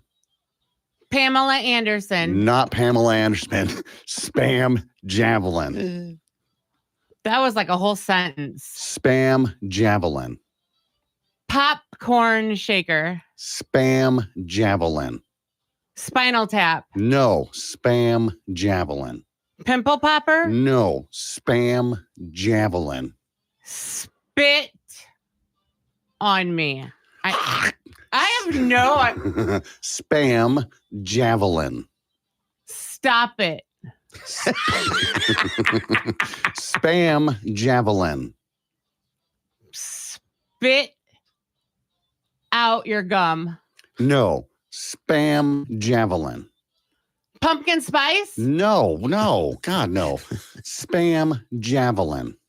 Spiked lemonade. No, spam javelin. Bite. Yeah. Time. That's time. All right. Yeah. What was it? I love it. Go ahead. Spam javelin. Oh my god. How did you not know that? Yeah. How did I not? Yeah. Oh, Yeah. you're gonna It's, go. it's my turn. Yeah. Great. We're going And to we're gonna take turns with you. We're going to do 60 seconds. Okay, 60 seconds is Yeah. good. I think 60 seconds. We're piecing this together for those that are playing along. So we're just going to do 60 seconds. Insane. All right. Are you ready? Okay. Okay. I'm going to use a 3-word. Okay. one. Okay. Yeah, that's fine. I think I will. Squeaky bum time. Cute muffin top. Squeaky bum time. Cream muffin top. Squeaky bum time. Creamy muffin.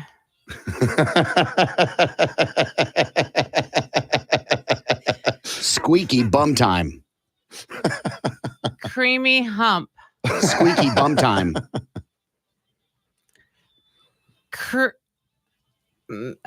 Menthol gum.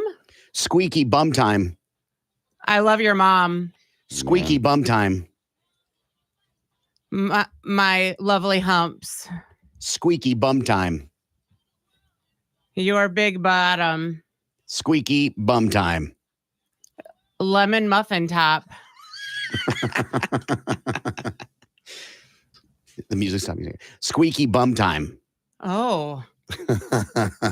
Go look up spam javelin or squeaky bum time. It's up to you. Yeah, that's fun. Yeah. All right. So So like creamy muffin.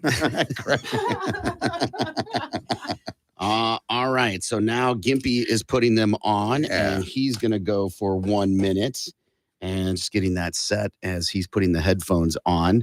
And okay. yeah. Okay. Go ahead, Lindsay. Ready? Go ahead, Lindsay. Hoodie gang. Cocaine. Hoodie gang. Turd rain. Hoodie gang. Cricket. Hoodie gang. Carrie cane.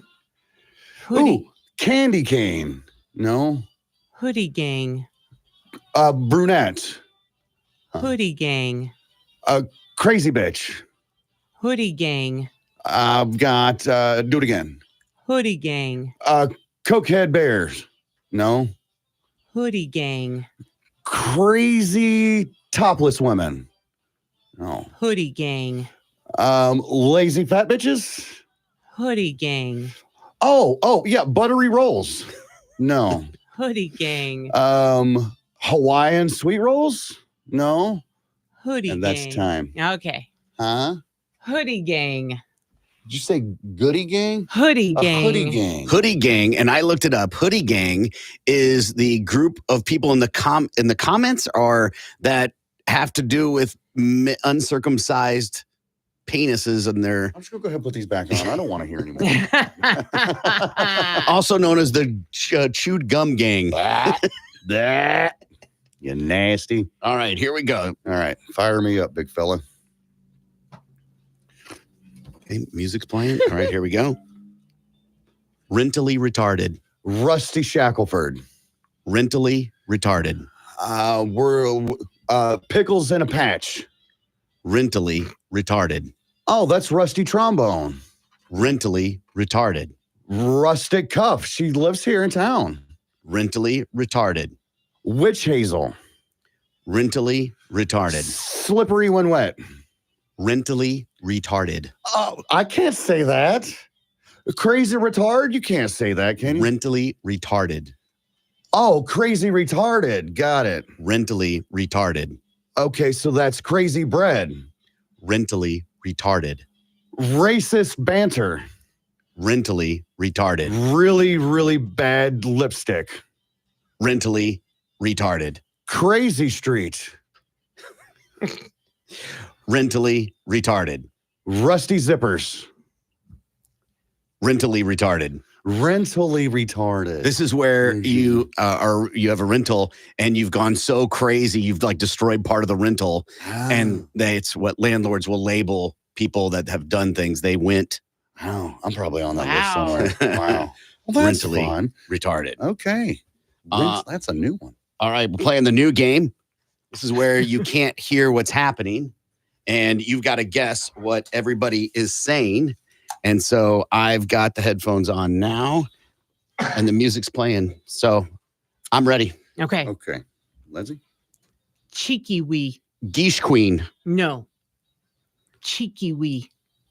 Gush queef. Cheeky wee. Cheeky wee. Oh, Gene queen. Cheeky wee. Oh, right. So bush queen. Cheeky wee. Whiff queef. Cheeky wee. Me queef. Cheeky wee. G queer. Cheeky wee. I swear it's what she's saying. Cheeky wee. Gene queen me? Cheeky wee. You want me? Cheeky wee. Wow. He's Asian now. Always. Cheeky wee. Gawawa. Cheeky wee. Got it. Bawawa. Cheeky wee. It feels like G queen. All right, time. Cheeky wee. Cheeky wee. Sure, yeah. That's way better than queef. Yeah. Uh-huh. Is it? Is it? Oh, yeah. For sure. I got to find out what a cheeky wee is before I compare the two. Yeah. Yeah. All right. It's when you urinate like behind like a bush somewhere hidden. Oh, Like bruh's taking a cheeky wee behind the bus. that's not what I was thinking, but Yeah. okay. All right. So last one. Gimpy's trying to Okay. word it to me. Let me get this started. Yeah. Pennsylvania pound cake. It feels like a really long word, but It okay. is Pennsylvania pound cake. Bitch better have my money. No, Pennsylvania pound cake. Bitch, I'm going to hit you in the mouth. Pennsylvania pound cake. Bitch, meow, meow. Meow, meow, meow, no meow. Pennsylvania pound cake. Bitch, eat Kentucky Fried Chicken. Pennsylvania pound cake. I have an itch with my fried chicken. Pennsylvania pound cake. Read these lips. Pennsylvania pound cake. Bounce up and down. Pennsylvania pound cake. Blow, blow, meow now. Pennsylvania pound cake. Oranges are great sometimes. Pennsylvania pound cake. Sphincter, binkter, meeker time. Okay. Pennsylvania pound cake. I don't know how I didn't get it. I Right. don't know either. And what's that definition? We're about to find out. It looked like you were saying a complete sentence. Oh, yeah. That's just 3 words. Yeah, it looked like you were saying a complete sentence. I could not figure it out for the last. I felt like when she was doing cheeky, it looked like she was saying bitch. I felt pretty good about that. Yeah. Obviously, it wasn't right. Yeah. And then when you were doing yours, I was like, bitch. Bitch. You looked like you were saying bitch. I tried to over enunciate because we had, the mustache. Yeah. We had the discussion that's great. or whatever, And pin, bitch, bitch, pin. Mhm. Yeah. Pennsylvania pound cake is when a group of Amish guys proceed to invite you over for pound cake, but trick you into a circle jerk. Great. All right, listen, we want to know from you a setup to a joke. BMMS and what that is to 82945. Case of Coors Light and a pair of tickets to see Burt Kreischer at the BOK Center. We're going to give away a pair of tickets and beer coming up. So get your setup to a joke to us. BMMS and what that is to 82945. More of the Big Man Morning Show is next. 97.5. That's pretty cool. Throwing away brand new shoes. Maybe they were the wrong size, and I Throwing don't away- want to. I don't have the time to return these. Trash them. I Sure. don't know. Maybe Not they got something some- I would ever do. They were a gift, and maybe somebody's got some beef against that brand or whatever. Like, these Adidas are trash. Or they only wore them a few times, and they Mm. took really good care of them, and they still looked new. Ashes of the deceased. One time we found someone's ashes in one of the standard plastic tubs funeral homes usually give out. His information was still on the side. Our management contacted his family using the information that was written on the side of the plastic tub, but the family said they threw the poor man out on purpose. This text says an old coworker found a vintage collection of Playboy magazines, had them appraised, and was told it was worth about $20,000. That's something worth keeping. Who would you go to for that? You take it to the Antique Roadshow. I'm just saying, like, who do I you don't go know. to appraise Playboy magazines? Right. Yeah. And if they're slightly used, does that depreciate their value? I would think. Mhm. Like, this is great, but pages 39 and 40 are stuck together. So, And also, if you find a Chiefs shirt and bring it to me, I'm going to be psyched and tell you how awesome it's worth right. is. hmm I just, to me, that is the, when people are like, oh, these magazines are going to be worth so much money. Okay. I just don't buy into that. Right. If they're in mint right. condition. So what? Again, so what? Who Mhm. cares? You got to find somebody who's going to pay that kind of price, whatever. Exactly. Drew carried all. We see people on that stupid show, Pawn Stars, Mm-hmm. and they bring in super rare things. hmm Right. And even they're like, it's Yeah. it's not worth that much. So I don't know why a bunch of magazines Mm-hmm. would be worth $20,000. I think some of these stories get so over glamorized Right.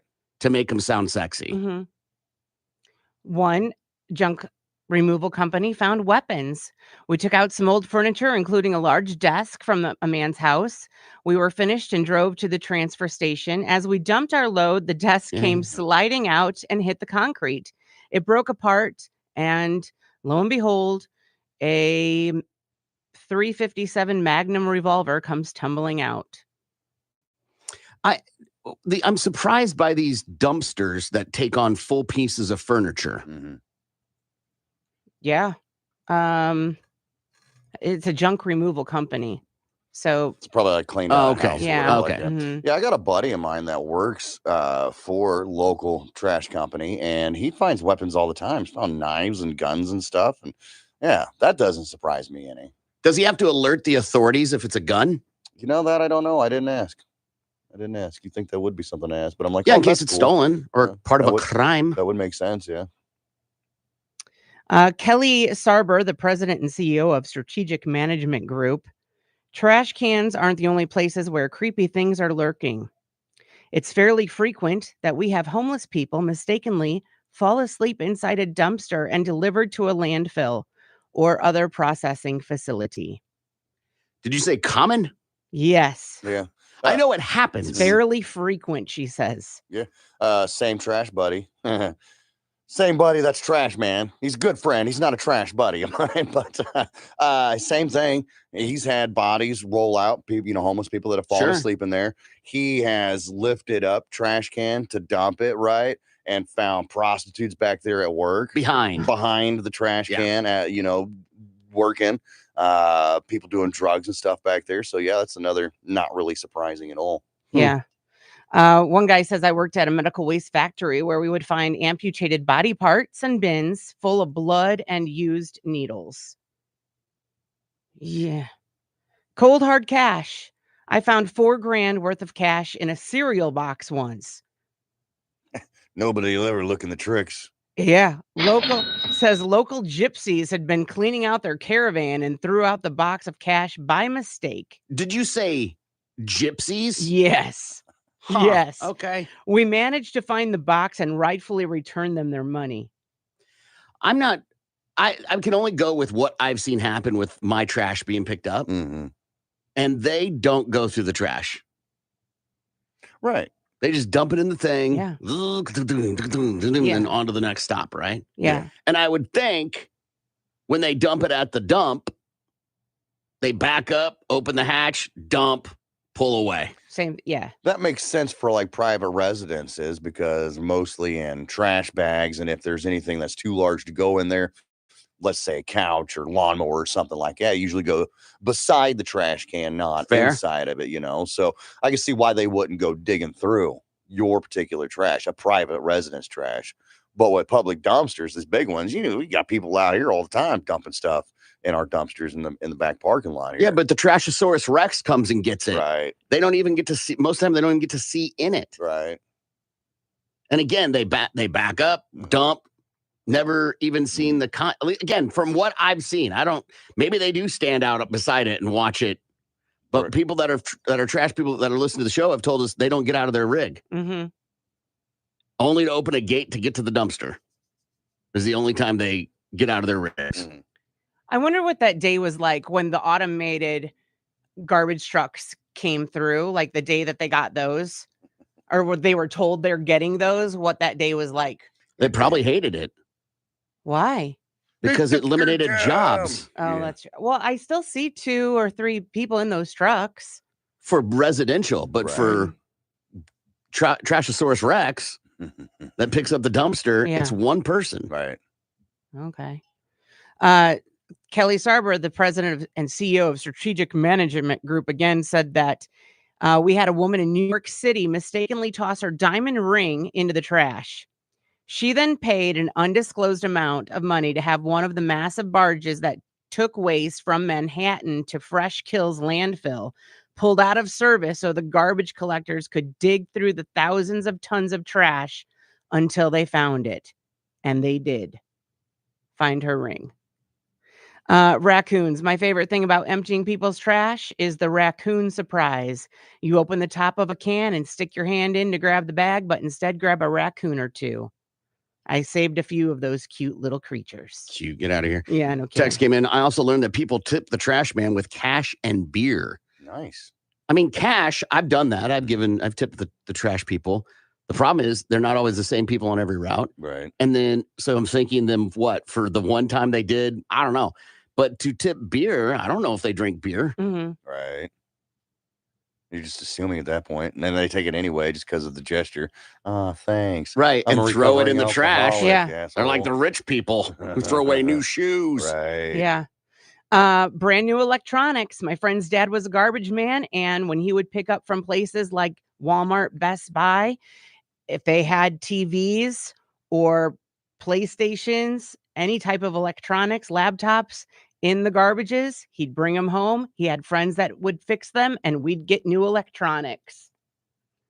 Not I bad. know a lot of people have done that. Go Yeah. dumpster diving and find stereos and TVs and stuff. Yeah.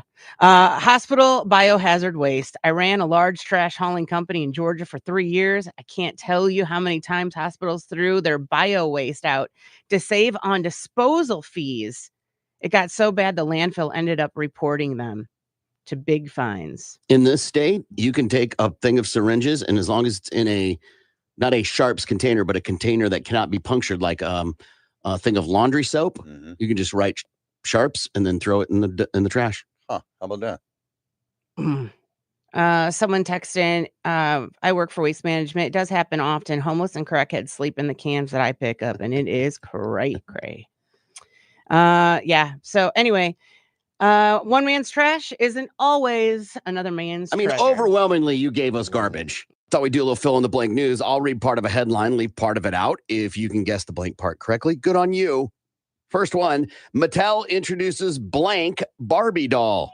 Mattel introduces blank Barbie doll. That's fun because they got so many different ones now. They've got prosthetic Barbie. They've got slightly overweight Barbie. Pregnant Barbie. Pregnant Barbie. I'm trying to think of the other Barbies that I've seen at the store. They got a handy-capable Barbie in a wheelchair. Think it's a transgender Barbie? It wouldn't surprise me. We'll go with trannies.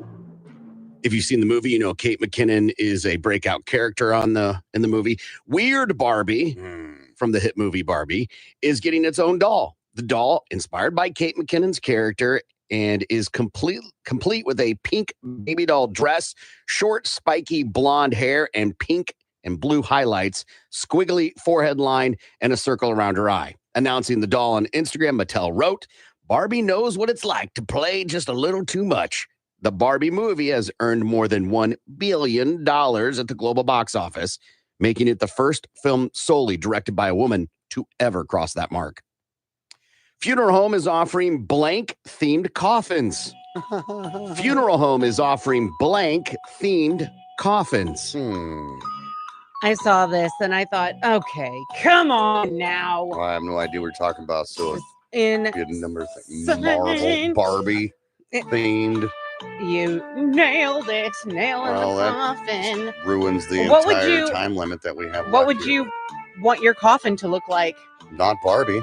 Well, neither would I, but that's what people are supposedly paying for. But you're not Barbie fans. I am. Right. I love Barbie. Sure. Do you have anything Barbie themed in your home? No. Okay, then absolutely not. But that's the point, right? Yeah. Is that it would have to be something you're a diehard for. Right. Mine be like cannabis themed or something like that. And PlayStation. Barbie Mania continues to sweep the world. One funeral home in El Salvador has boarded the Barbie bandwagon in a big way. The Alpha and Omega Funeral Home in Achapan is offering a pink Barbie-themed coffin for people who want to take their obsession with pop culture sensation to the afterlife. Each of the metal caskets is decorated with stars and features lining imprinted with pictures of Barbie. One of the spokespeople says, we have to jump on this trend, adding he's already sold 10 of the coffins. It's been a success. The coffin is the latest bizarre Barbie merchandise to be released in Latin America, which has also seen products such as Barbie lunchboxes, pink tacos and pastries, and even Barbie-themed airplanes. New Jersey, only state where drivers can't blank. New Jersey, only state where drivers can't blank. Drivers, right. That's every state. Can't honk their horn. Okay. Yeah, noise ordinance. Can't get out of your car with a can of spray paint and spray paint the person behind you. Can't pass other drivers. Can't use the express lane. Okay. All those sound like good ideas. New Jersey is the only state in the U.S. where drivers can't pump their own gas. Huh. It comes as lawmakers in Oregon voted to end the ban on self-serve gas, and Governor Tina Kotek signed off on it, ending the state's 72-year ban. Gas stations across New Jersey have pushed for lawmakers to lift the ban, which has been in effect since 1949. They say self-serve gas would allow them to lower the price. Absolutely, yeah. I wonder why that's crazy. That's crazy. I thought, those days of somebody else having gas station attendants were pretty well over. Yeah. I haven't seen one in forever. There's one here in town. Is there? Yeah, Reed's over Oh, on. yeah, Reader's over there off of 15. Okay. But it costs you extra. And Of course it does. I don't like it. Yeah. Blank are coming to Jeopardy. Blank are coming to Jeopardy. Nerds. In there. Right. Average people. There you go. The bottom of the class is coming to Jeopardy. Right. Reruns. Oh, I could see that. Like on a game show network or something. Playing the old episodes of the Jeopardy. Oh, yeah. Like the 80s and stuff like that.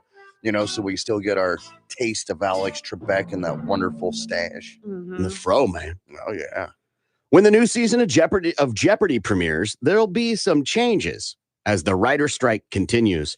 During an interview on the Inside Jeopardy podcast, that's a thing. Executive producer Michael. What that's going to look like. So I'm going to go with Chiefs. Gimpy. I too will go with the Chiefs. I mean, they've been pretty good this season. The Chargers, from what I've seen, not so much, but I mean, it's anybody's game. Yeah, it's a trap game. It's a division rivalry game. Yeah, so I'm still going to stick with the Chiefs. I feel that Mahomes and Mahomanado has got it under control. Oh God, it's fantastic. It's a fantastic commercial. Lindsay. Yeah, I'll never bet against Mahomes. It's Chiefs for me. All right, last one. Bears Raiders. Raiders are only a 2.5-point favorite. Yeah. What do you think there, Lindsay? I want to say the Raiders only because then maybe the Bears will win, but I'll go with the Bears. Sticking with the Bears, huh? Yeah. Where is that? That's at Soldier Field. All right, Gimpy, what do you think? Man, I'm taking Raiders all the way. The Bears have just proved how they are. I mean, listen, these are two crap teams. Okay, so, but you got to pick the better out of the two turds. So I'm going to go with the Raiders. I don't want to upset our Raider Nation boys. I don't need them coming after me. I agree, but they won't because they're sweethearts. Garoppolo didn't practice. Yeah. See, and we had talked about that the other day, where they're like letting some of the veterans, not practice, just just rest and do good on game day or whatever.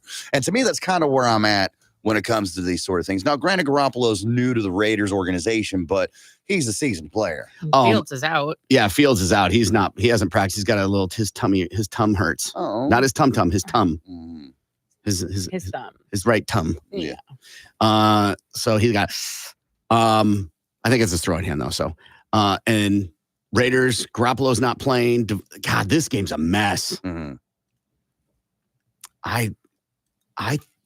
I think the Bears could win this one. You think so, huh? There's already concern about dissension with Devontae Adams, and he wants to be traded away. Uh-huh. Max Crosby is a stud, right? Did you see the thing where he had a triangle face mask the first half of the game, and they made him change his face? The NFL made him change his face mask. Yeah, if it's not regulation. Yeah, but he's like Max Crosby is a giant sobriety guy. Okay. Has basically reinvented his life, all surrounding his sobriety. Uh-huh. And the triangle is a symbolism of sobriety, and that's why he had it. Okay. And he was not happy. He had to change it, and he's lobbying for that to become a thing. Why can't these guys have symbolism that way? Well, if that's the case, then cool. Like a patch or something to that effect on your jersey would be just fine. It would serve the purpose just as well. You don't have to have some weird, funky, shield on your mask, especially if it's not regulation. Put a patch on your jersey. I mean, it's going to be the safe, right? Mm-hmm. So a jersey, I could see that's altering the jersey, and they all kind of have to have a symbolism thing, right? Okay. How about a sticker on your helmet? Yeah, again, stickers, same thing. I think it falls in line with jersey, but a face mask is, I don't know. What's wrong with letting these guys have a little bit of individualism? I remember when players started writing on their shoes, and the NFL was really against it, and then they came up with an agreement of doing it for charity. Right. And so now they get to customize their shoes for a charitable thing. Why can't the face mask be in that Same as thing. well? I guess. Especially when it's a positive. Yes. Yeah, especially for people that's such a hard ladder to climb. And he is a great example that you can move on with your life. You can continue with your life in a positive way. Mm-hmm. It's a good place for hope, right? So anyway, he's a stud, but with both teams kind of discombobulated, I'm gonna go with the Bears, I think. And Gibby, you said you're taking the Raiders, right? Yeah, man, I'm taking the Raiders. I'll take that shot. Why the hell not? Yeah, and the Raider Nation, they're awesome. Love you guys. They are awesome but dudes, I but have no faith in your team. listen, they're picking against the Chiefs. Right. So there we go. All right, so we'll find out how that plays out. We're giving away beer and tickets to see Bert Kreischer. Give us the setup to a joke, BMMS, and what that is to 82945. We're going to give away beer coming up. Let's rock. More of the Big Mad Morning Show. Fun? Okay. I mean, that doesn't make much sense, but okay. I don't know. The age gap. Drinking too much? Or excessive Aged partying? cheese. Aged wine. Think of other things that are aged. The age when blank stopped being fun. According to a question online, at what age did life stop being fun? Thousands of people have responded so far, and a lot of the answers are upbeat, with many saying they haven't reached that age yet. Some folks also say life didn't get fun until they got older, and some say it's never been fun. Wow. Oh, those poor people. Lindsay, what's the age when life stopped being fun? It hasn't stopped. I think it gets better. Gimby? No, it does. It changes, it shifts, but it never stops being fun. It only stops being fun if you let it stop being fun. Like those people that say, it's never been fun. I was born and I've been miserable ever since. It's those people, right? So I'm with Lindsay. I don't think it ever stops. For me, it's getting more fun as I get older. But there's a scene in the new season of Reservation Dogs, and in it, the aunt is talking to one of the kids who had run away to California and came back. And in the scene, she talks to the kid about like, hey, you're expecting this other shoe to drop that you get older and things just suddenly change. She's like, that never happens. You're still the same person you were at 4. I'm still the same person I was at 12. The difference between those times is I just have a ton more baggage. Right. And that baggage weighs you down. And I was like, damn, that's truth. Teen arrested after allegedly biting a nightclub employee's testicles. Oh, Jesus Christ. Wow. A young Detroit man is facing assault charges after he allegedly bit a nightclub employee's balls. Police say Gino Hearn punched and bit 2 employees after he was denied entrance Monday night. A 20-year-old employee told police that the man grabbed his testicles and bit them. The employee was then taken to the hospital after police placed the 19-year-old in handcuffs. He's facing multiple felony charges and was given a $25,000 cash bond. What I don't understand is, how did he bite his balls? What were they north-south on this guy? Like, did they have him on the ground and he was sitting on his face? I mean, it could be. It could be a simple drop to the knees and a chomp. You say that he grabbed them, right? It says he grabbed the testicles and bit them. Yeah, so my guess is he drops down, grabs the balls, pulls them towards him. This is all through the pants, by the way. Pulls them Through through jeans? them. Yeah, pulls them through, and then I don't know, dude. What, you don't think that you could do it through jeans? No, I'm thinking there's got to be more to this story. I think you can kind of bite through jeans, but even if we're in a tussle, I'm gonna and I feel you near my genitals, I'm moving my hand down there, right, to move your face away, right. You know what I mean? Yeah. You would like to think that, I'm, as someone who's been in scenarios where a face gets in your crotch, you grab and take your hand and move it away. I guess. I just don't let people near my balls. I mean, you want to try it? I'll come in there. We can try it. Sure, let's see how close you get. Get on your knees and try to put your face in my balls. See what happens. See how close you can get. I'll give you $100 if you can put nope, not saying it. Yeah, almost got you. Delta flight forced into emergency landing by passengers' diarrhea. A 350 aircraft was 2 hours into a transatlantic flight from Georgia to Spain on Friday when the pilot asked to come back because of the fecal fiasco. They said, this is a biohazard issue, the pilot said to air traffic control, recorded from the liveatc.com. It was shared to Twitter.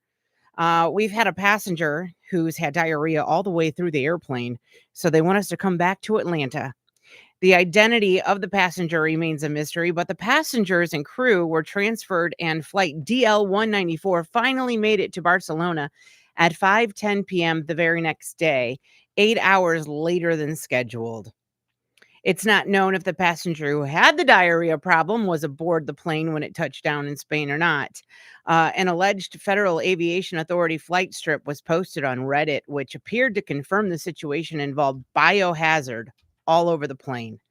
Cleaning crews were able to scrub down the aircraft once it landed in Atlanta, and since flight records show it was used for another flight. I have the audio if you want to hear the pilot. Yeah. Negative. It's just a biohazard issue. We've had a passenger who had diarrhea all the way through the airplane, so they want us to come back to Atlanta. Like, Yeah, gross. First of all, stay in the bathroom. for real. Yeah. You got a permanent seat right there. You're good. Now I get it. You're in the middle seat. You're like, I don't want to bother the guy. He's sleeping. I don't want to ask to get up until it's too late. Mm-hmm. Dude, No that's way. oh man, I don't know if I can get back on a plane. You wake somebody up. Hey, excuse me, bro. I've got to slide past you. How about just step over you? Let's not go with Right. that vernacular. Yeah. Delta said, "We sincerely apologize to our Sure. customers for the delay and inconvenience to their travel plans." And Delta has had a rough week in the air. Another flight en route to Milan, Italy, had to be redirected to the Hartsfield-Jackson Atlanta International Airport on August 29th when it hit severe turbulence, and they injured 11 passengers on that flight. Does Delta owe those people anything?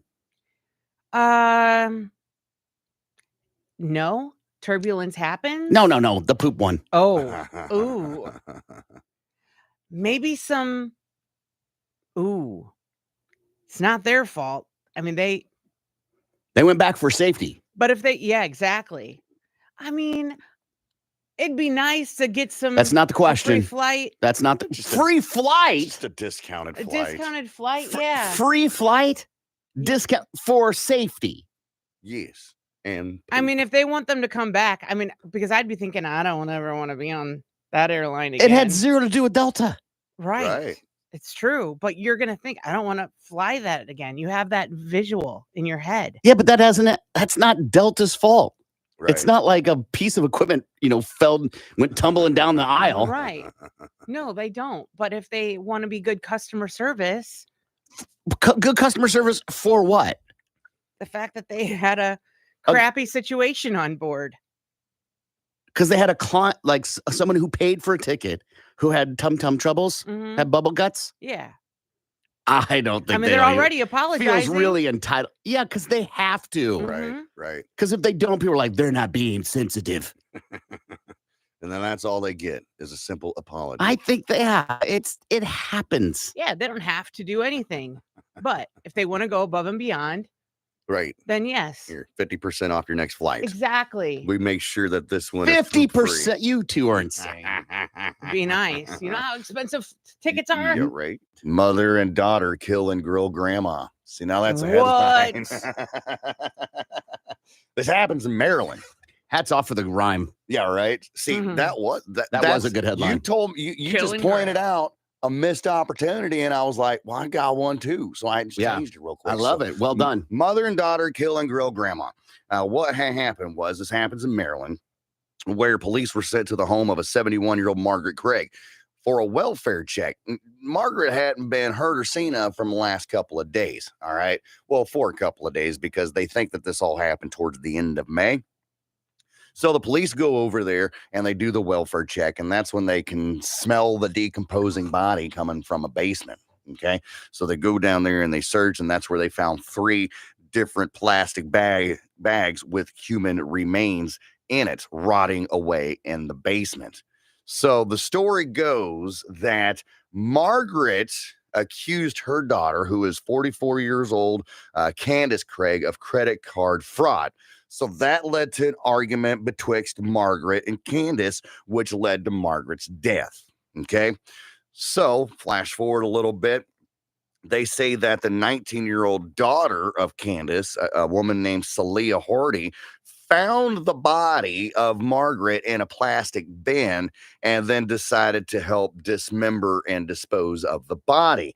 They believe that the two women used a chainsaw to cut Granny's body up and then threw the body parts on a grill and a bonfire in attempts to burn and destroy the body parts.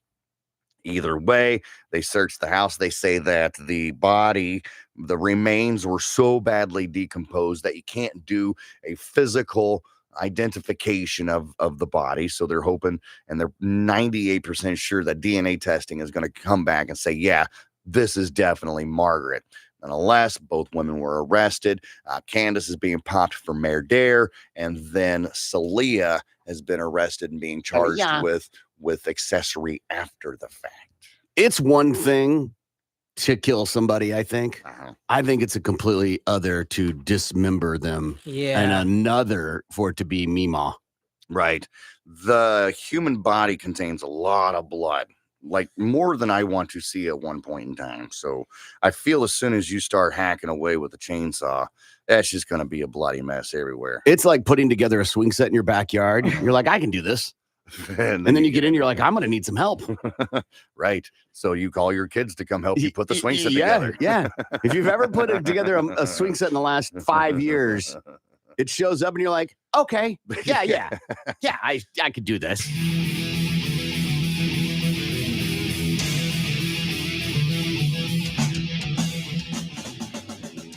Good morning. It's the Big Mad Morning Show, 918-460-KMOD.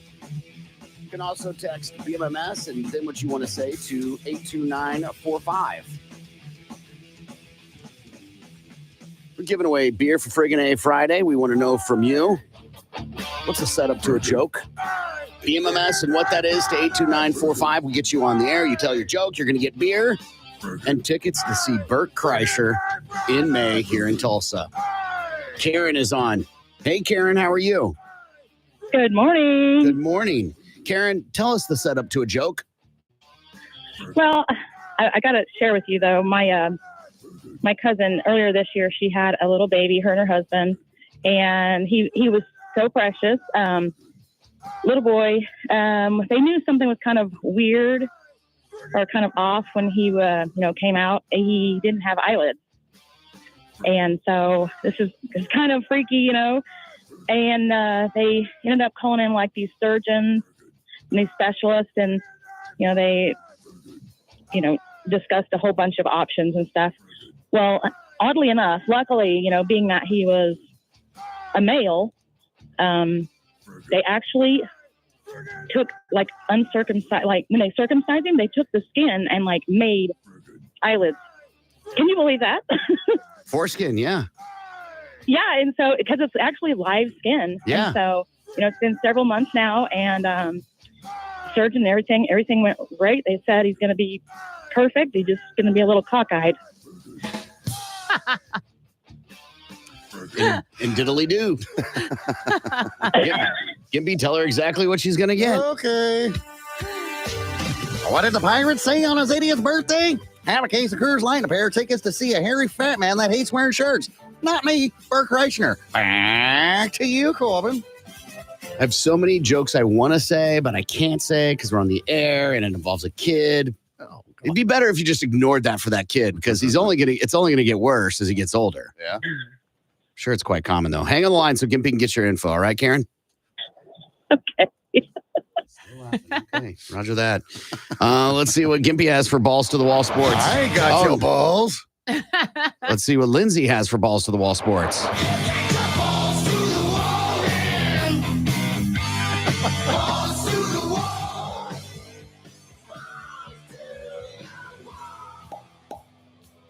The Jaguars kicked off Week 7 with a 31-24 win over the Saints on Thursday Night Football in New Orleans. Trevor Lawrence threw a 44-yard touchdown pass to Christian Kirk late in the fourth quarter as Jacksonville improved to 5-2. In other Week 6 action... Well, let's hold on. Slow down, girl. Derek Carr was so bad last night, bro. Him screaming at his offensive coordinator. He screamed at one receiver and he overthrew the receiver by like 40 yards out of bounds. It's like he wasn't. I do what I want. Whatever. I do what I want. It is not a good look for him. And right now, I don't know how you don't make an argument that Jameis Winston or even Taysom Hill, who's a receiver, is like a third string quarterback, isn't a better option than Derek Carr. Right. I mean, to me, there's like a couple factors.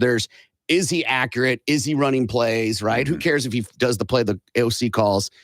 But is he making hay? Right. Exactly. And he ain't making hay.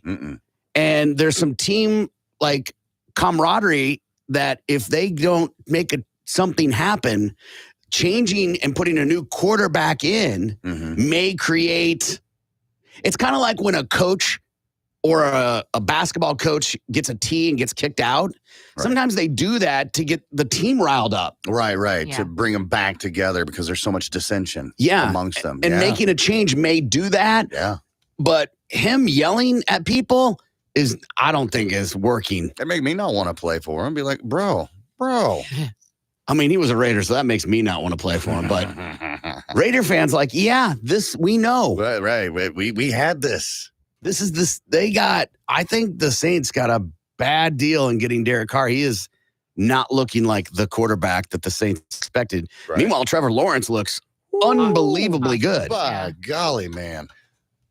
The Bills visit the struggling Patriots in an AFC East showdown in Foxborough.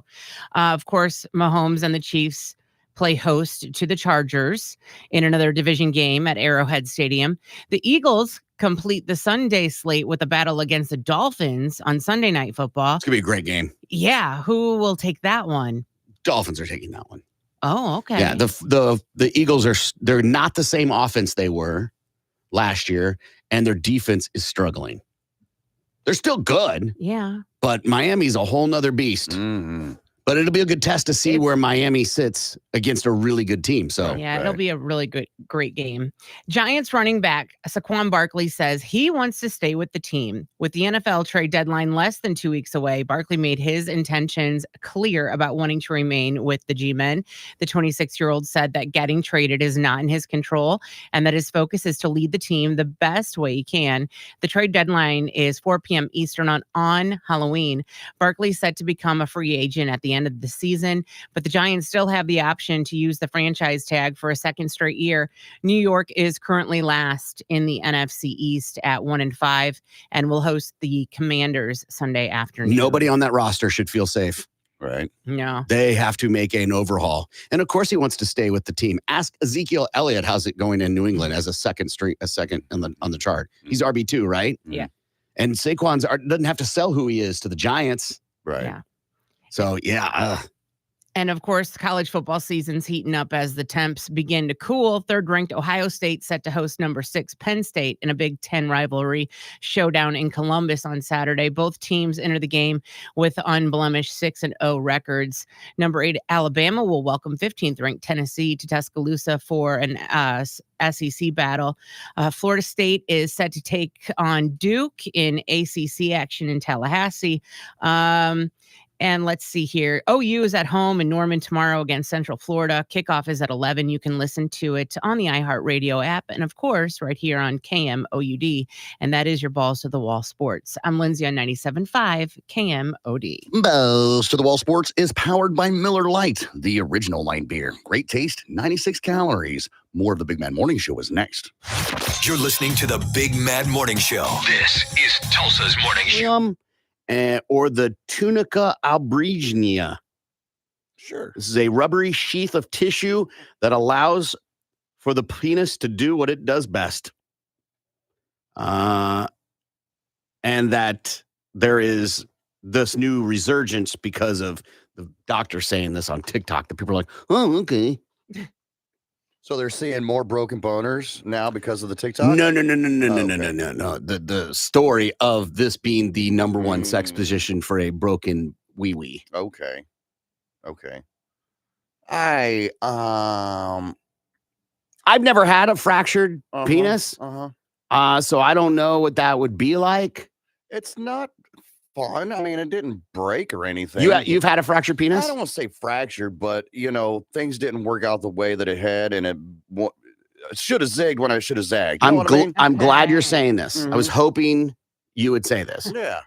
How would you know you have a fractured penis? You would have to go to a doctor to know for sure. Mm-hmm. So, like, I'm pretty sure, I'm just making an assumption here that Gimpy did not go to the doctor in regards to his penis situation. No. So it's a self-determined diagnosis. Yeah, when you break an arm or a leg. When I slipped on the smallest patch of ice in the parking lot, there was an audible pop that happened. Mhm. And that's how I knew that I'd broken my leg. Mhm. When I broke my tooth on vacation, there was an audible pop Yeah. that allowed me to know that I broke my tooth, that and the tooth, fell on the floor or whatever.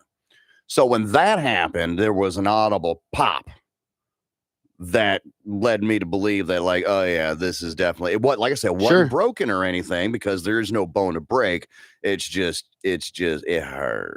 It hurt. And it was out of commission for a couple of weeks. And that sucked. Sure. But you're right. I didn't go to the doctor and be like, doctor, I think I broke my Peter. Yeah, there's plenty of people that break bones and don't know they've broken a bone. Right. Right. There are players, football players, that run on broken legs and don't know that they're broken until later. Okay, so to me, broken and fractured are two totally different things. Like a hairline fracture, a small fracture, you can still perform with a fracture. But like when I broke my leg, it was broke, floppy doppy. Yeah. There's no way I could stand on it. Penile fracture is this term. Yeah. But people say the same thing. Yeah, say it's fracture and broken, kind of, unless you're a medical doctor using it looks like you have a fracture or you have a broken arm. Right. So with that, because Dr. Stuck serious, that's why this voice works. So when it comes to the penile fracture, I just said, most people can work through a fracture, a hairline fracture. There's no working through that one. That's just too sensitive of an area. Yeah. Yeah. Well, how does it get fixed? You just ice it? Just time. Yeah. Like a lot of breaks, like if you broke your foot, you just don't do it. You just have to be careful. Yeah, you still have to walk on it. The cast. Oof. Right. Not something I'm signing up for. Right. And having it removed. Pass. Hard pass. Right. Where they break out soft that pass. Yeah. It won't cut you. Not taking a chance there, Doc. Make sure you powder your balls. We're going to change it. It's not patio parties. It's now powder your balls parties. I like that. Are you going to bring the powder? Are you going to be doing the powdering? Who's powdering? Every patio party. Powder since the before you age of come. time. Right. Every single one. Powder them up. Absolutely. Do you just like put a pile on like the counter and just kind of dip like you would your donuts and your coffee? No. Or? So what I do is I put it in my hand, right? And then I waddle into the carpeted area in the closet, right? Okay. And then I have to it's kind of like a squat. Okay. And then I do the sides. Okay. And then I go underneath. Okay. No padding at all whatsoever. Just kind of. No padding. Okay. It's not padding. It's not playtime. Well, what you do in your carpeted part of your closet is your business. And then whatever's left it a goes rub? in my armpits. Okay. Makes sense. If it's not a pad, is it a rub down? That's what I said. I said rub. Yeah. Right, on each side, yeah. Okay. Right. Yeah. What are you, a patter? I'm not a patter. I'm not even a powder. Dude. I'm a sprayer. Dude. I'm a sprayer. I got the talc spray, man. No. Dude, going with powder is a game changer. You say that now, but on a steamy, balmy day like it has been, you get that cold spray on your boys. Woo. That's temporary relief. Yeah. I'm talking long lasting. Yeah, but it has the powder in it, and it does last a while. But that initial shock of the freezing cold air blasting in my balls feels great. Don't knock it till you try what is it. the movements is what I'm worried about. What do you think it's going to blast them off like a sandblaster? Yes, I know. I don't want a cold burn. Airport runway worker killed after being sucked into the airplane engine. Yikes. Federal officials are investigating the weekend death of a grounds worker at the Alabama airport. NTSB said the worker at Montgomery Regional Airport was killed after he was sucked into the engine of an airplane.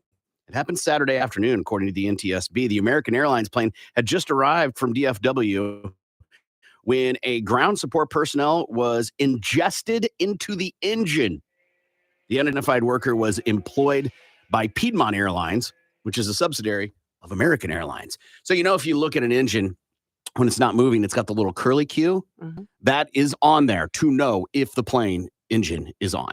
Well, that makes perfectly good sense. Guess it didn't work for this guy, though. He may not have been present that day or skipped that part of the training Right. process. I wonder what that is. Dude, Yeah. I don't even think you probably have time No, you don't feel anything. to. And does it? So when I was in high school, we had a family friend that owned a chicken farm, Mm-hmm. and during chicken harvest season, we would go and he'd pay us, and you make good money, right? Yeah. And you load up just the females, you don't load up the males, but you have to kill the males, and you're supposed to pop their necks and throw them in one of the cages, and then they get collected later, right? Yeah. Okay. Yeah, makes no sense. I'm sorry, cancel me. I don't know. I'm just saying that's the way it worked. Uh-huh.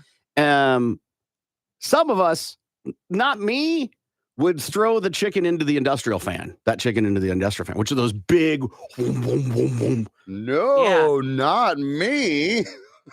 Have you seen my throws? I would never do. Listen, Pepsi bowling champ of the 8th That's grade. not throwing. You gotta throw a ball. It's rolling. Whatever. You rolled that rooster on into the fan. And it kind of like the point being is it would stall the fan wouldn't just keep running. Right. Right? Like it kind of would. Yeah, bog down a little bit. Yes. Yeah. Is that happening with an airplane? You would think. You would think. But if that's the case, if something that ends up getting sucked into the engine is automatically going to shut the engine off, that would not be a good idea for a plane. Because ducks, geese, birds, Superman, whatever. Yeah. I mean, the movie where they landed the plane in the headset, that's what that was about. Yeah. So if it was going to, shut off anytime something flew into the engine, well, they wouldn't be on the ground or they wouldn't be in the air. And what type of plane are we talking about? Mm-hmm. A big one, a small one. If it's a regional airport, seater? it's hard. No, it ain't a big one. But anyway, crazy. Yikes. Got to take a break. It wasn't me. I didn't do it. That was 30 years ago. Did you get any of the guts on you? What is it? No, are you looking projects at out. A statute of limitations here to see if it's okay? Totally. Let you throw I your didn't say okay. cocks in the fan? Come on. This says, I'm about to get divorced from my wife of 10 years because I made a stupid mistake and had a one-night stand. We got in an argument. I left, went to the bar, slept with some woman, and almost immediately the guilt took over me. She has told me it's over, but I have to try. What can I do to get her to give our marriage a second chance? 918-460-KMOD.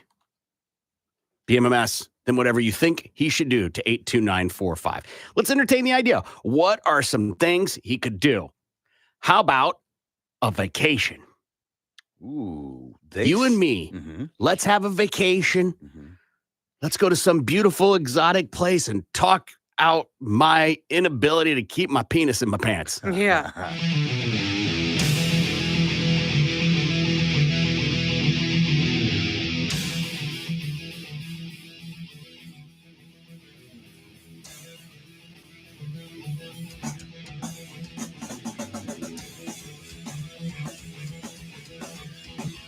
Good morning. It's the Big Mad Morning Show.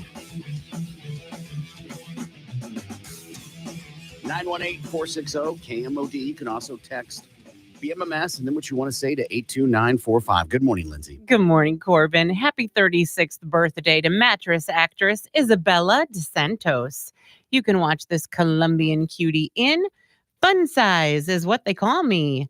Sir, your daughter's a slut and Into Her Exit and Porn in the USA 5. She's been voted most epic ass and hottest newcomer. Oh, no, that's not supposed to do that. Oh. Oh, no. Uh-uh. Good morning, Gimpy. Well, good morning. Oh, no. Oh, Hey. get it off my screen. So get the band back together this weekend, and you guys can submit your one-song demo on our contest page at KMOD.com. And you, if you're lucky enough, if your band's good enough, you could be opening up for Hinder at this year's 17th annual Cancer Sucks concert the Saturday after Thanksgiving. Just hit up the contest page, KMOD.com, put your demo there. Boom, pow, that easy. And don't forget, tonight we're going to be giving away flight 666 to New Orleans. We're going to be at Jameson's in Broken Arrow. 5 to 7, Gimpy's going to have last chance qualifying. The giveaway is going to start at 7. If you got qualified on air, you need to make sure you're there before 7 o'clock because we're going to start the giveaway at 7. Time for Willy Nilly. Anything you want to talk about, bring up something new, go back to something. It's completely up to you. And for me, it's this headline I keep coming back to all morning. I told Lindsay about it. Identical twins try to swap places in Amish buggy crash. It wasn't me, it was him. Mm-hmm. It wasn't me, it was him. Probably the only benefit of being a twin would be, an identical twin would be to be able to do that type of thing. Right, but apparently it didn't work. They figured it out, right? So I want to know how they figured it out. I guess it was the other twin that squealed. It's like, I don't want to get in trouble. I'll read it to you. Right. It looks like a set of identical twin sisters may have tried to swap places in connection to a deadly crash involving an Amish buggy in Minnesota.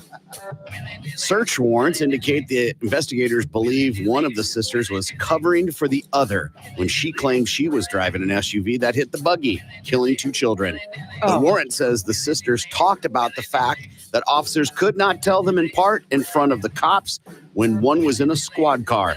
Documents say the employer of the sister allegedly not involved reached out to investigators, claiming she had used an employee messaging system to tell someone she had used meth and was high during the crash. I didn't know that the Amish did the meth. I don't think they're Amish.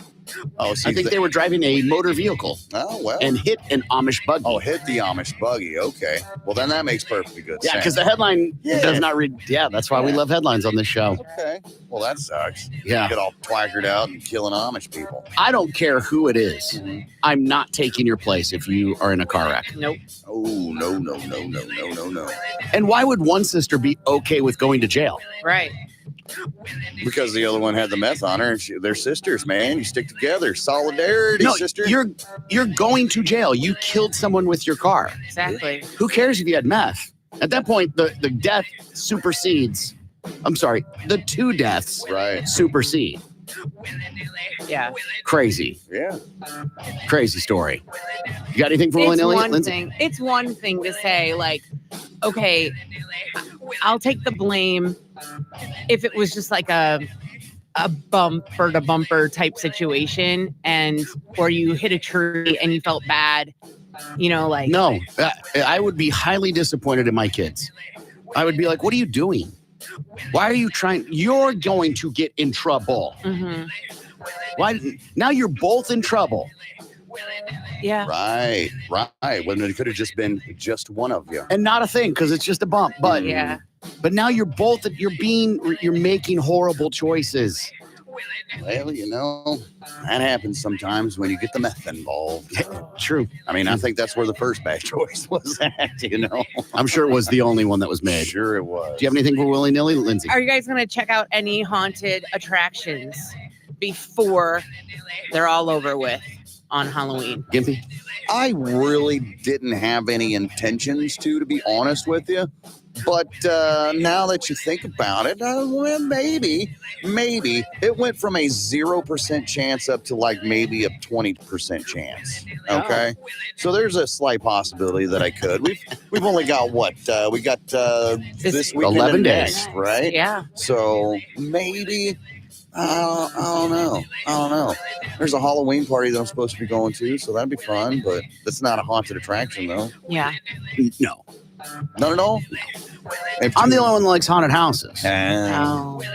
So we wouldn't even do it on a date night. I'm certainly not going by myself. Look at Right? this loser. So, yeah, I have no. And if I were going to go, I would go earlier in the night, and they're not as good. Right. In the night. It's got to So, be dark. I mean, it would be dark when I would go, but it would still be like in the beginning of the dark. Right. Everybody knows haunted houses really don't. The A team doesn't show up till like 10 or 11. Right. And I ain't doing it. Right. They got to go out and get drunk first. Yes. Yeah. Yeah. What about you, Lindsay? We're taking the football team tomorrow to the haunted. When you say location. we, Yeah. Well, the parents taking the kids. Okay. Yeah. And families to Coweta, the haunted plantation. so there's a football trip planned Yes. to go Mhm. to. Yeah. They have How long the does something like haunted- that last? Um, Like you start at what time and what time would you guys be back home? so we'll probably get there around 8 p.m. and be home around 11 probably. Oh my goodness. Yeah. Yeah. Well, because they have So your kids different won't go to bed attractions, until like midnight. probably. Oh my It'll be a goodness. late night. Yeah. And they're how old? The youngest are 9 and oldest is 13. Oof. Yeah. And they'll love it. Sure. That's And then all you'll weekend, pay for it the next day. Yeah. Yeah. That's It'll be a weekend. lazy day. What's the problem with doing it on the weekend? You know, I could get it if it's like on a Sunday night and they got to go to school the next day, but you know, Yeah, and they don't have school on Monday either. why are they not school on Monday? They're on fall break. It's fall but they break. Have You a just- virtual yeah. day. Yeah, you on can just say Monday. it's just say it's fall break. Yeah. I forget about that. I haven't had to deal with kids in school in a long I don't. time. I was telling my wife, I don't remember fall break. I don't remember having fall I break. didn't either. Our fall break was fit for Thanksgiving. That's what they called fall break, was Thanksgiving break. Owasso's out all week. I didn't have fall break until I moved here to Oklahoma. Yeah, That's I don't first get time. it. I don't get whether there's fall break. I don't either. You need a little extra time off. I just don't recall there being a need to break the school year up so much. Mhm. One of my biggest complaints is is almost every month the kids are off a lot. Right, for something, whether it's a day, 2 days, whatever. Right, they're on this Yeah. morning show schedule. Willy nilly. This text says, being a twin is not as cool as people think. I know because I'm a twin. Okay. Sure. Whatever you say. Yeah, take your word for it. An identical twin Right. or a twin? Because those are two Yeah, different things. It is. Mary Bang Kill, the Haunted Woman Edition. Lily Munster, Morticia Adams, or Elvira. All right, Lindsay. All right, so I'll kill, I guess, Elvira, because I think Morticia and Lily are hotter. They're more elegant, sexier. I'll marry Morticia and bang Lily. Okay, Gimby. Man, I tell you what, I've had a crush on Elvira since the 80s, all right? Now, I know she doesn't play for the same team. I am well aware of that. But this is Fantasyland, so I'm going to bang the holy Well, hell out. Elvira, Mhm. we don't know what team she plays for. True that. The it's- woman who plays Elvira. We do know that she's on the other side. Yeah. So with that being said, I am banging the hell out of Elvira and those giant knockers that she's got. Oh my goodness gracious. Which leaves me to, I guess I want to go ahead and marry Morticia. She seems like she'd be fun, you know? Well, something very mysterious about her, you know? And I'm going to kill off Lily Munster because she's normal. She's like any other blonde-headed bitch in the world. Yeah, I'm killing Lily Munster. She looks like the music teacher from elementary school. I am banging Elvira. Hells yeah. Up. Yeah, for sure. And then Morticia Adams. Yeah. Do they have a song named after him? No. Right. Right, for sure. Would you rather have your legs covered in butter than licked clean by an enthusiastic cat? Or be covered in peanut butter and locked in a 10 by 10 room for an hour with 24 wild squirrels? This feels easy. Yeah, I'll take the cat. Yeah, you will. Get licked the butter off by a cat. Squirrels, no thanks. Gimpy. I like the rough patch of a cat's tongue. So I'm totally taking the butter cat, man. Absolutely. I don't know what those are wild squirrels. They're not Exactly. domesticated. One of these, the cat isn't going to eat you. Right. The other one, rabid, wild animals, I don't care what it is, Yes. are going to try and hurt you. Yes, absolutely. And I'd much rather take my chances with the rough patch on a cat's tongue as opposed to teeth from a squirrel. And do they carry rabies? Do squirrels carry rabies? They can. Yeah, any Okay. animal Any wild carry animal those can be things, rabid. except for armadillos. Armadillos don't carry rabies? Possums. Possums. That's what I was. Yeah. One of them. Yeah, they're immune to the rabies. Yeah. Corbin, are you planning to see Killers of the Flower Moon anytime soon? I mean, all of us can be asked that question. Lindsay, Yeah. I want to see it. are you going to I'm see it in the theater? No, because it's what, 3.5 hours? Yeah. I can't hold my pee that long. And there's no pause They button have in a bathrooms theater. there. But there's no pause button. I don't like to miss anything. And I don't want to look at my Pause. neighbor and say, hey, what did I miss? You can't. Oh my gosh, you would do that No. in a that's- movie theater? No. That's what I'm saying. I wouldn't do that in the movie theater. You can't hold your urine for 3.5 hours. Yes, but I don't want to. Like you I'm couldn't very go. uncomfortable You couldn't. I've seen you sit here and not leave the show for 4 hours. because I don't have to go. But in a movie theater, I always have to go. Huh? Okay. Gimpy. Always. I'm not going to see it in theaters. I'll wait till it comes out on like on demand or something like that. I'm just cheap that way. And you can't smoke in a movie theater. Hey, that's true. You mean you can't get caught? Right. There Right. you go. I probably won't see it in the theater. That's a good $200 babysitter event. So I am. True. That's how I equate things. Like, is this worth? It's not, $40, $50 to go to the movie. It's $245 to go to a movie.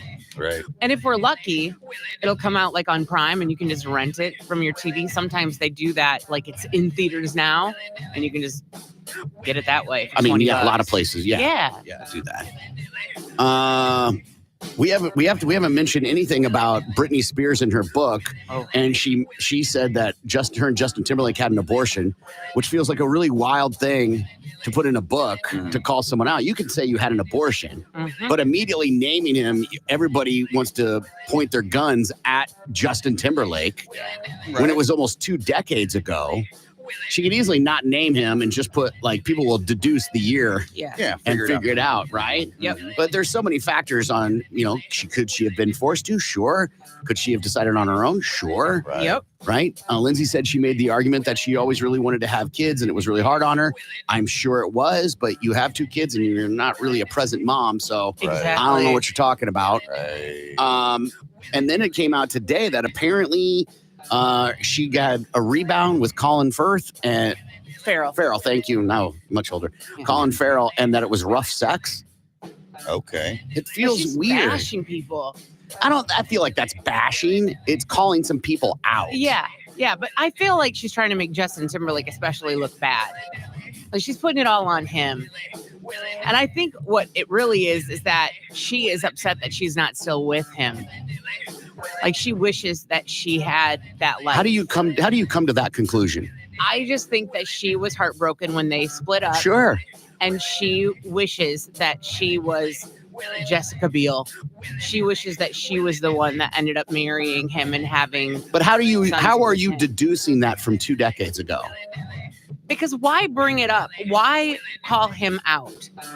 Because she wants to talk about the fact that she had an abortion, but why does she have to mention that it was Justin Timberlake and the fact that he didn't want to be a dad? I wanted the child. I wanted to keep it, but he wasn't ready. And though I wanted to keep it, I still did it because he didn't want me to have the baby. I was trying to think, how do they authenticate a statement in someone's book? Yeah. We can't.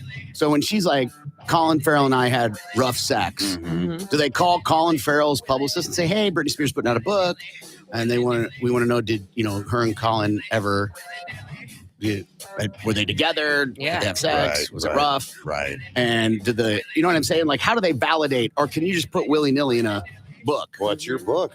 Yeah. Yeah, But but I you mean, open yourself to some litigious, as the publisher, some litigious situations Right. by saying certain things. Right. I'm Yeah. not saying it's these, but you have to validate some things. Right. Unless it's a fiction book. And then that's when you can get away with anything. Yes, it's but memoir. when you present it as a memoir, Right, I get that it. is not fiction. Oh, absolutely. Would you rather be married to Jada Pinkett Smith or Amber Heard? For those who don't know, it came out this week that apparently Jada and Will Smith have not been together for a long time. Mhm. Not divorced, but just separated. Yes, Yeah. they didn't get divorced for legality or whatever. Right. And Amber Heard was the girl with Johnny Depp and apparently took a deuce in the bed and whatever. Yeah, that is a tough one because they both are awful people. But I think I would take. Hold on. I'll take that ticket. Yeah. What makes one more awful than the other or equally awful? What makes them awful people? Amber is. She was extremely thirsty, I feel like, going back and watching their trial. For what actions, what have they done to make them awful people? Well, crapping on someone's bed's pretty darn awful. Agreed. Jada Pinkett Smith? Yeah. The fact that she puts all of their dirty laundry out in the open, airing her and Will Smith's private stuff, that's awful. Cheating on the husband, that's pretty awful. Well, they were clearly not together, so that's not cheating. Right. We were on a break. So to me, crapping on your bed is worse. Yeah. I think we can go ahead and I'm good with that. Dumping your fecal matter on a bed feels way worse than running your mouth. I don't know, man, because it's easier to clean the turd off the bed than it is to clean up the PR mess that your old lady created. That is true. If you have to clean it up, you don't have to clean it up. No, but if you're cleaning up either way. Either way, something's getting cleaned up. But I feel like if you cherish your public image, you're going to have to do some damage control. And I think just getting a wad of toilet paper is a lot easier. So which one would you rather be married to, Jada Pinkett Smith or Amber Heard, Lindsay? Yeah, I think I would rather be married to Amber Heard. Okay, Gimpy? I'm going with Amber Heard as well because I like my women to have hair. You're against anyone with alopecia, huh? Pretty much. I'm an alopeciast. I'm just going based purely off looks. Mm-hmm. And I'm picking Amber Heard. Fair enough. I too am not attracted to a bald person. That doesn't mean that if something were to happen and my wife lost her hair, I still wouldn't be attracted. That's not the same thing. So quit using examples like that. That's somebody I have a loving relationship with over many years, as opposed to seeing somebody for the first time and deciding if I want to be with them. Right. That's like finding out if your wife was really your, first cousin, whatever, second cousin. You're like, yeah, well, it is what it is. Yeah, based purely on looks, Amber Heard. For party. But Jada, there's clearly she might be in a mental crisis. You think so? There's something This is a lot. This is a lot. Yeah. Or maybe it's just been a lot of stuff that's been building up and she's just now verbal diarrhea. Okay, if that's true, then she's an adult who can't handle her emotions, which does happen. Yeah. But either way, that still puts you in a mental crisis. I guess, yeah. Text coming in. Britney Spears has been locked up and silenced for over a decade by her father. Longer than that, I think she's calling out people because she can finally speak on her own behalf. It's crass, but it's her memoir. Those men could sue her for defamation, but she has free speech. They will have to take her to court to prove she's lying. Yes, that is true. By the way, free speech doesn't mean you can defame somebody. Right. Right? So it is defamation and libel is a very complex lawsuit. It's not black and white. You're right. They would have to prove, but to be put in a litigious situation, that could be a very long and expensive lawsuit. No company wants to be a part of that. Right. Leave Britney alone. Amber Heard can guaranteed throw it being crazy that way. Maybe. Either one of them have equal opportunity to do it. Who's that lady in San Diego that killed the guy and chopped him up in the shower? And she was hot, but then when she was in jail, is it Jody? Jody Arias. Jody Arias. Mm-hmm. I don't know if Jody Arias could do it. I don't know if the juice is worth the squeeze, if you know what I'm saying. Right. Just as human being, Jada destroyed Will Smith. Amber Heard is mentally unstable, but Depp came out a lot better off than Will Smith is.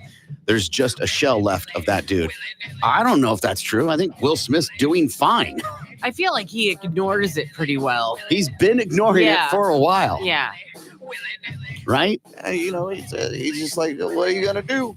I'm just kind of like, dude, why put up with it? If Will That's Smith good. is single today, Mhm. right? You don't think he's going to have opportunities of blasting? Oh yeah. Johnny Depp, that was the thing. They weren't together, so women fawned over that. Mhm. They're like, because women love, as Lindsay's demonstrating, being catty and being like, oh, it's the woman's fault, right? Bitches.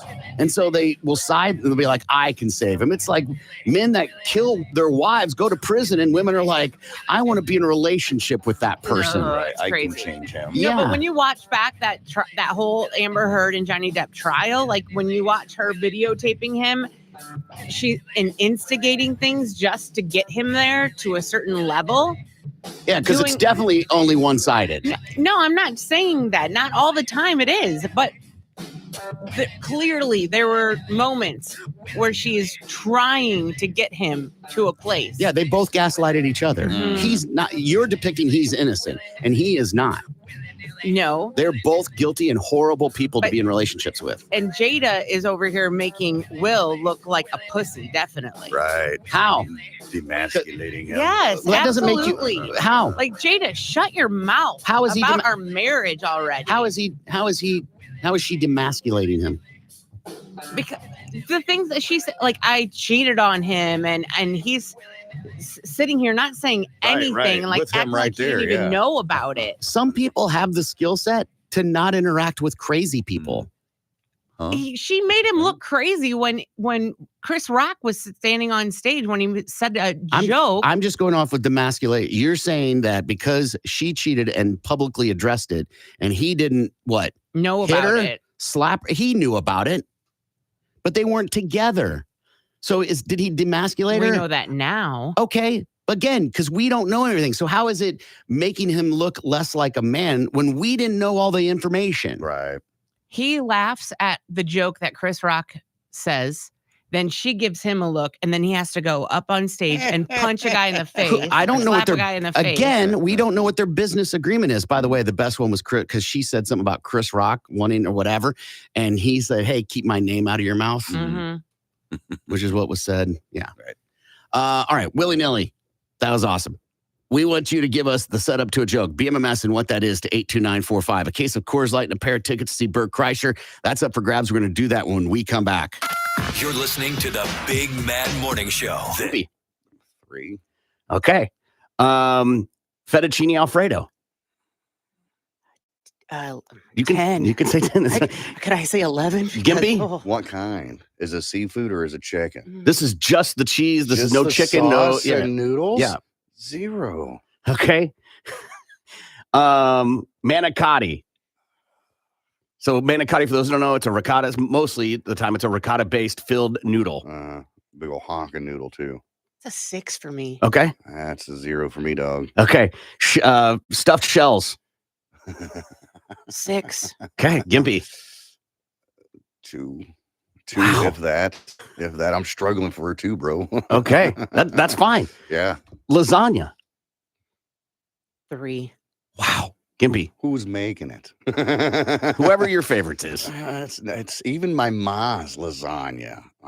That would rank like a 2 or 3 for me, and that's because it's mom's. So lasagna, just in general, Yeah. that's a 1. Chicken Parmesan. Chicken Parmigiana. 9. Never had it. What? Crazy. It feels crazy. Yeah. So that's going to be a 0 for me, dog. Oh my God, dude. Yeah. Chicken. Oh my gosh. Is it the eggplant and the? Nope. That one's good too. That's different. Okay. Yeah. I don't. All right. Chicken piccata. Chicken piccata is the lemon chicken. I know. It's lemon. Yeah, 7. That's 0. Oh my God. Like we went to that fancy Italian place for the boss that what was that last week, his lunch or whatever. And I'm looking at the menu, I was like, Mondo's great Italian restaurant. Mondo's, I respect them and what they do. It's just Italian is not for me. I'm like, I don't know what to get. Everything on the menu had either mushrooms or lemon on it. And I was just like, what's this stuff with the shrimp? Sounds good. I'll eat the shrimp over the noodles, which is exactly what I did. I mean, I wanted to see. All right, so let's just go with a couple things here because I'm trying to find fried mozzarella. I mean, that's just deep 10. fried cheese. But even then, I want to give it like a 4. Calamari. 10. Calamari. I'll go ahead and give that like maybe a 6 or something because I've had calamari at other places that's not Italian food. Bruschetta or bruschetta. 10. Was that the fancy bread? It's toast. Most of the time, it's toasted little pieces of bread with tomatoes and olive oil and balsamic and basil. And Yes, stuff. the extremely stale bread that you chip a tooth on every time you eat it. That's a 0. Let's see. Let's get spaghetti and meatball ravioli. Lindsay? 6. Only if it's Chef Boyardee. Which actually his name was Chef Boyardee, but we had to Americanize Yeah. Give me your rating, Mr. Wikipedia. 1. Tortellini. 4. 2. Peppers and onions. That's it. Like no sausage to put them on, It's or sausage, anything? peppers, and onions. It's typically Like a 4. bun, you know. I mean, I guess with the sausage, peppers, and onions, I give it like a 3, 4, maybe even. fettuccine carbonara. What's the carbonara part? Bacon. Oh, That's a 5. What? 1. Eggplant parmigiana. Yeah, that's 8. That's a big 0 for me, homie. Meatball sub. Oh God. 5. This is getting worse and worse the further we go down. 0, man. That stuff is too messy. It doesn't eat well. You have to have a fork to eat a sandwich. I think that's retarded. Oh, I liked it. Gnocchi. Huh? Oh, okay. I've had that come in like a Hello Fresh or something like that once. And I was like, what is this? What is this garbage? Oh, you didn't enjoy it? Lindsay. 5. 0. Oh my gosh. I know it sounds crazy, but like when it comes to like the Big 10 of restaurants and foods and stuff, Italian's at the bottom of that list for me, man. Somebody texted in and said, you think Zio's is delicious? You got to try Luigi's and Skytook. So authentic. I think it's run by the actual Italian mob. I've had Luigi's and Skytook. It's fine. Mm-hmm. It's fine. I like, it's not like I go to Zio's and I order one of everything. Right. I worked there after college, and their 5 cheese pasta, adding chicken to it was so good. Yeah. Their spinach artichoke dip, which isn't Italian, whatever, but it was so good. Mm-hmm. I just like the brown paper on the tables that give you crayons. The cannoli, yeah, I know how to write my name upside down. Cannoli, with the Alfredo and the chicken stuff, so good there. I'll give you that. I'll give you the Italian dish, the cannoli. That's delicious just because it's cheese and powdered sugar. No. That's the dessert. I know. Yeah, I'm talking about. That's the only Italian food that I really, really, really, really, really, really like is a good old cannoli. We haven't gotten to the real one. Pizza. I've said it before, and you all thought I was crazy. 1 to 10. 1 to 10, a pizza. That's going to be a 3 for me. So low on the scale, man. Lindsay. 10. Yeah. Always. Pretty much all those except peppers and onions that we've mentioned are about anywhere between an 8 and a 10 for me. Really? See, I love peppers and onions. I don't love the heartburn, but man, it's almost worth the heartburn for me. A good bolognese pasta. Well, Italian food. They are the Beatles for me. A nice short food. short rib braised ragu.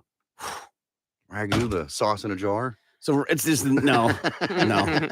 So good. I'm telling you, man, Italian food. Mm-hmm.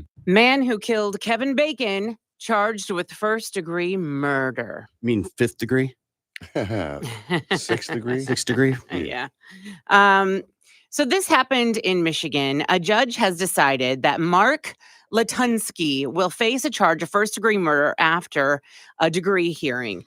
The murder degree hearing for Mark Latunsky continued for a second day. This happened last Wednesday. He admitted to killing and mutilating Kevin Bacon, who is 25 years old. In court, he accepted a plea into open murder.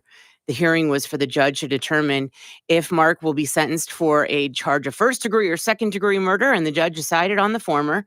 Back in 2019, Kevin Bacon, his body was found in Latunsky's home. He and Kevin Bacon met on a dating app, according to investigators. Kevin's body was hung upside down with a slit throat, according to police.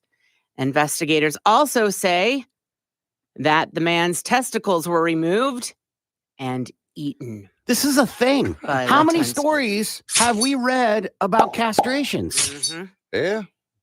At least a small handful that I can think of. I didn't even mean to do that. I know you didn't. I could tell just by the way you delivered it. Yeah.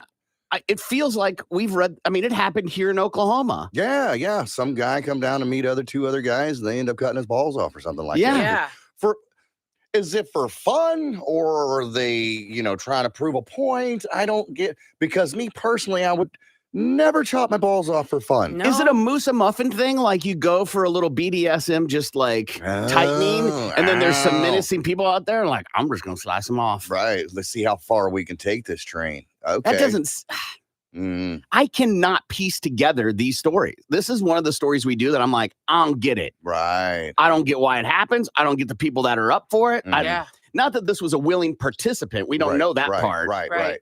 The only thing that I can think of is obviously there's some kind of mental issue where the person whose balls are chopped off maybe has like a sex addiction or something to that effect, and they think that that's the only way they can get over it. The only way that they can cure themselves is to cut off that part of the body. Yeah. So therefore they won't have that sexual desire anymore, whether it's, raping babies or like just, dogs.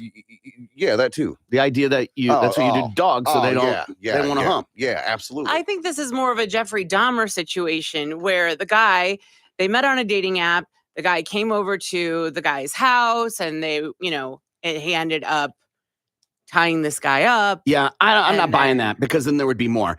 This isn't, you know what I'm saying? You don't go, I understand there's a first time for everything, Right. but you're not going to be like, well, I think next time I'm willing to take a step further, get the skillet out. Right. Right. That's also, like it's also an important feature. Mhm. Did he cook them? How do you know when your wife's dead? Go ahead. I get it. Part of me wants to check and make sure the phone's working. Is that the answer, JJ? That's commitment to the bit. Yeah.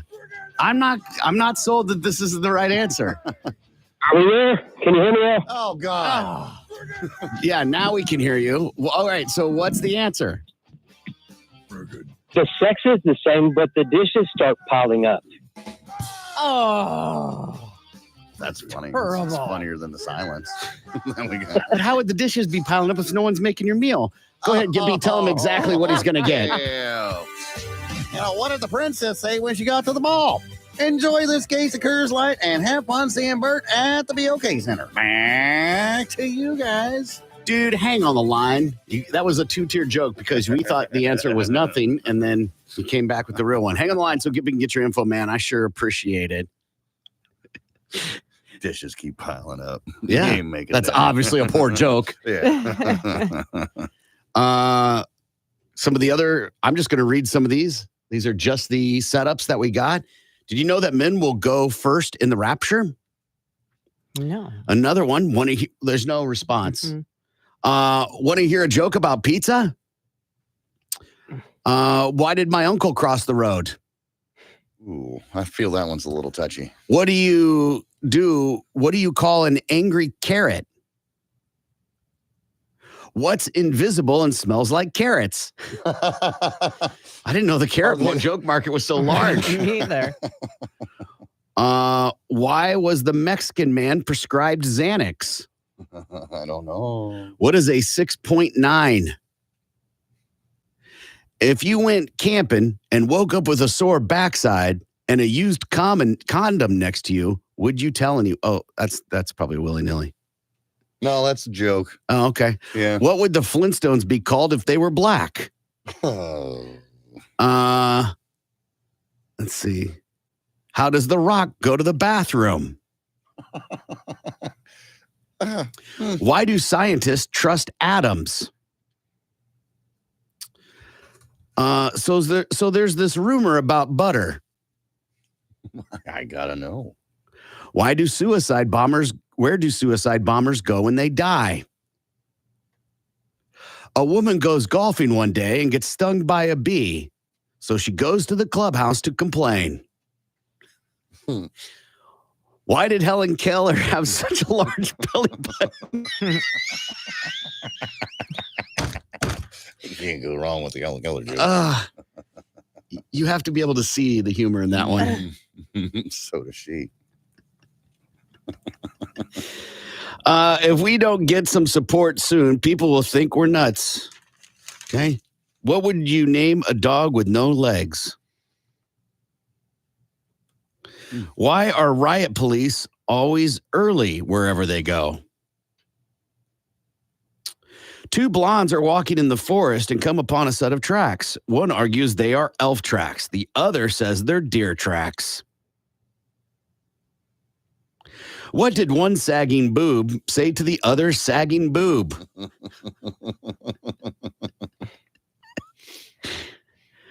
What did the hat say to the necktie?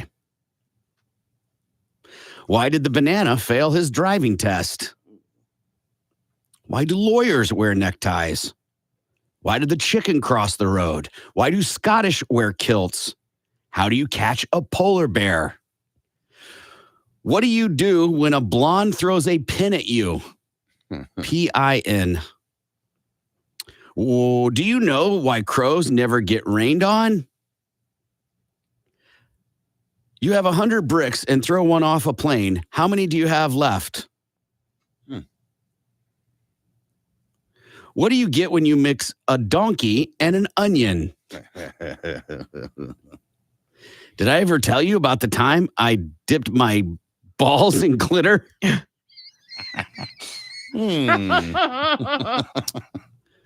Why do seagulls fly over the sea?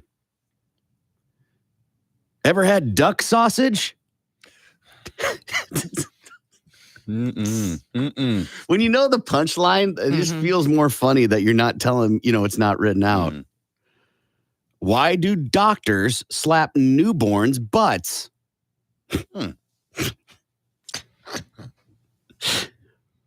What does a burnt pizza and a pregnant woman have in common? Oh, God.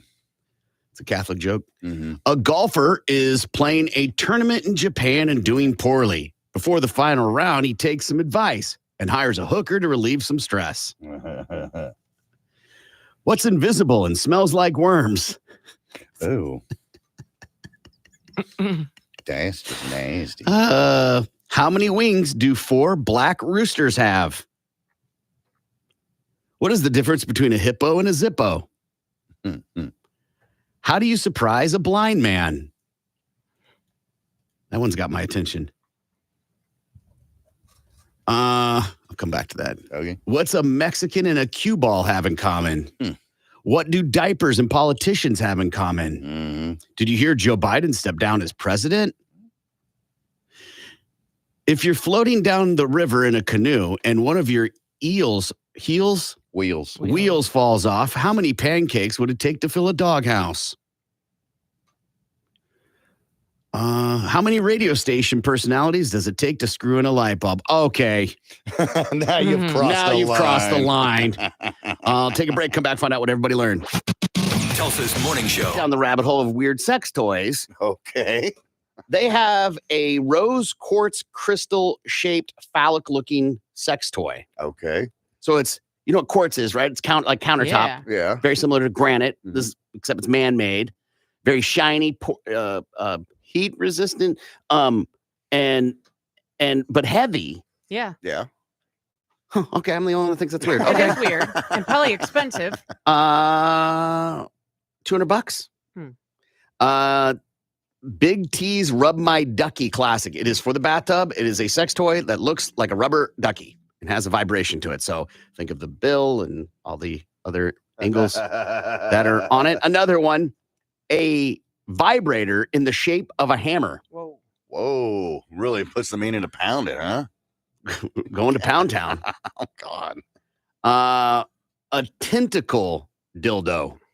I have seen those. They're and so scary. weird looking, right? And I'm like, why? This is one for guys. I've never seen this before. It has a name. It's called a godemeki. And it's a tube. It's got threads for you where you can hold it like laces almost, like a football. And then the inside's dimply. Yeah. A steel faux foxtail plug. Okay. Those tails are nothing new.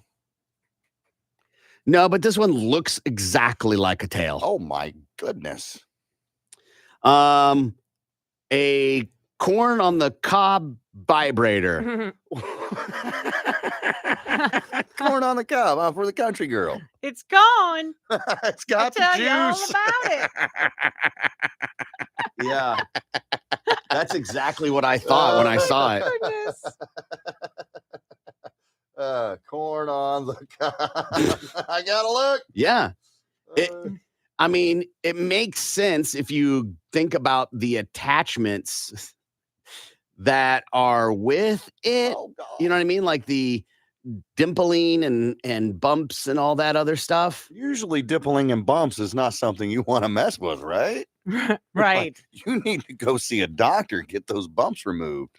Some of you may have grandparents that they have like special china in some case in the dining room that's white with blue patterns on it. Yeah. The blue willow china. Sure. This is a butt plug that looks like that. Oh my goodness. Honey, it's special anniversary night. Break out the fine china. Yeah. Another one, the penguin. Uh-oh. And it looks like a penguin whistling. And the part that would be the mouth of the penguin would apparently be where the magic happens for ladies. The Satisfier penguin. Oh, hey, look at that. A little bow tie and everything. The Nerd Climax Dragon Finger. Oh, wow. This is a sex toy that goes on your finger, and it is the shape or has the look of a like a dragon's claw. Hey, so listen, lid for every pot, whatever you got. What? When we were in school, we had a thing. There were like these rubber balls with handles, and you would jump on them, right? And you would have races with them. Yeah, absolutely. This is that, except it is for the ladies. That's so weird. It's a Swiss ball dildo. This is Gimpy has shown me the one he has before, which I ran, and this is the accommodator. The accommodator. You know, huh? if you're familiar with that chin strap. I know what you're talking about. Yeah, you do.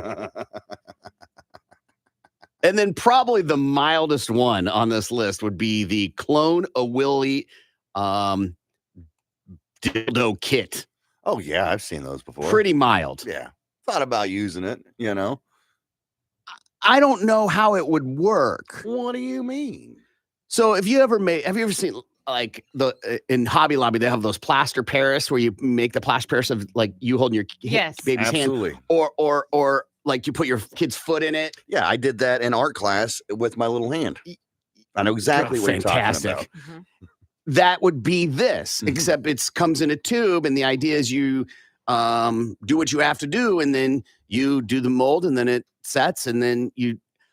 I don't hair. Yeah. 2, any sort of deviation from what's happening in a sexual moment for me, it's over. Right. Mm-hmm. So your dildo would come out all weird and deformed, pretty much, basically. Or smaller than the representation. Well, what am I going to do with this thing, huh? And do you tell people it didn't work? Like, I couldn't do it. That's why you read the reviews first, right? And I don't know anybody that's done it. So I can't, I know they sell them. Oh, yeah. So I'm sure someone's going to be like, oh, yeah, it was great. I'll get one over the weekend, put one together, bring it in for you Monday. You don't have to bring it in. You can just give me the verbal review. Drunk Florida man kicked out of bar, returns and attacks bar owner with belt. This happened last weekend in West Palm Beach. 37-year-old man kicked out of the bar for being too intoxicated. Down a Helen Keller hole.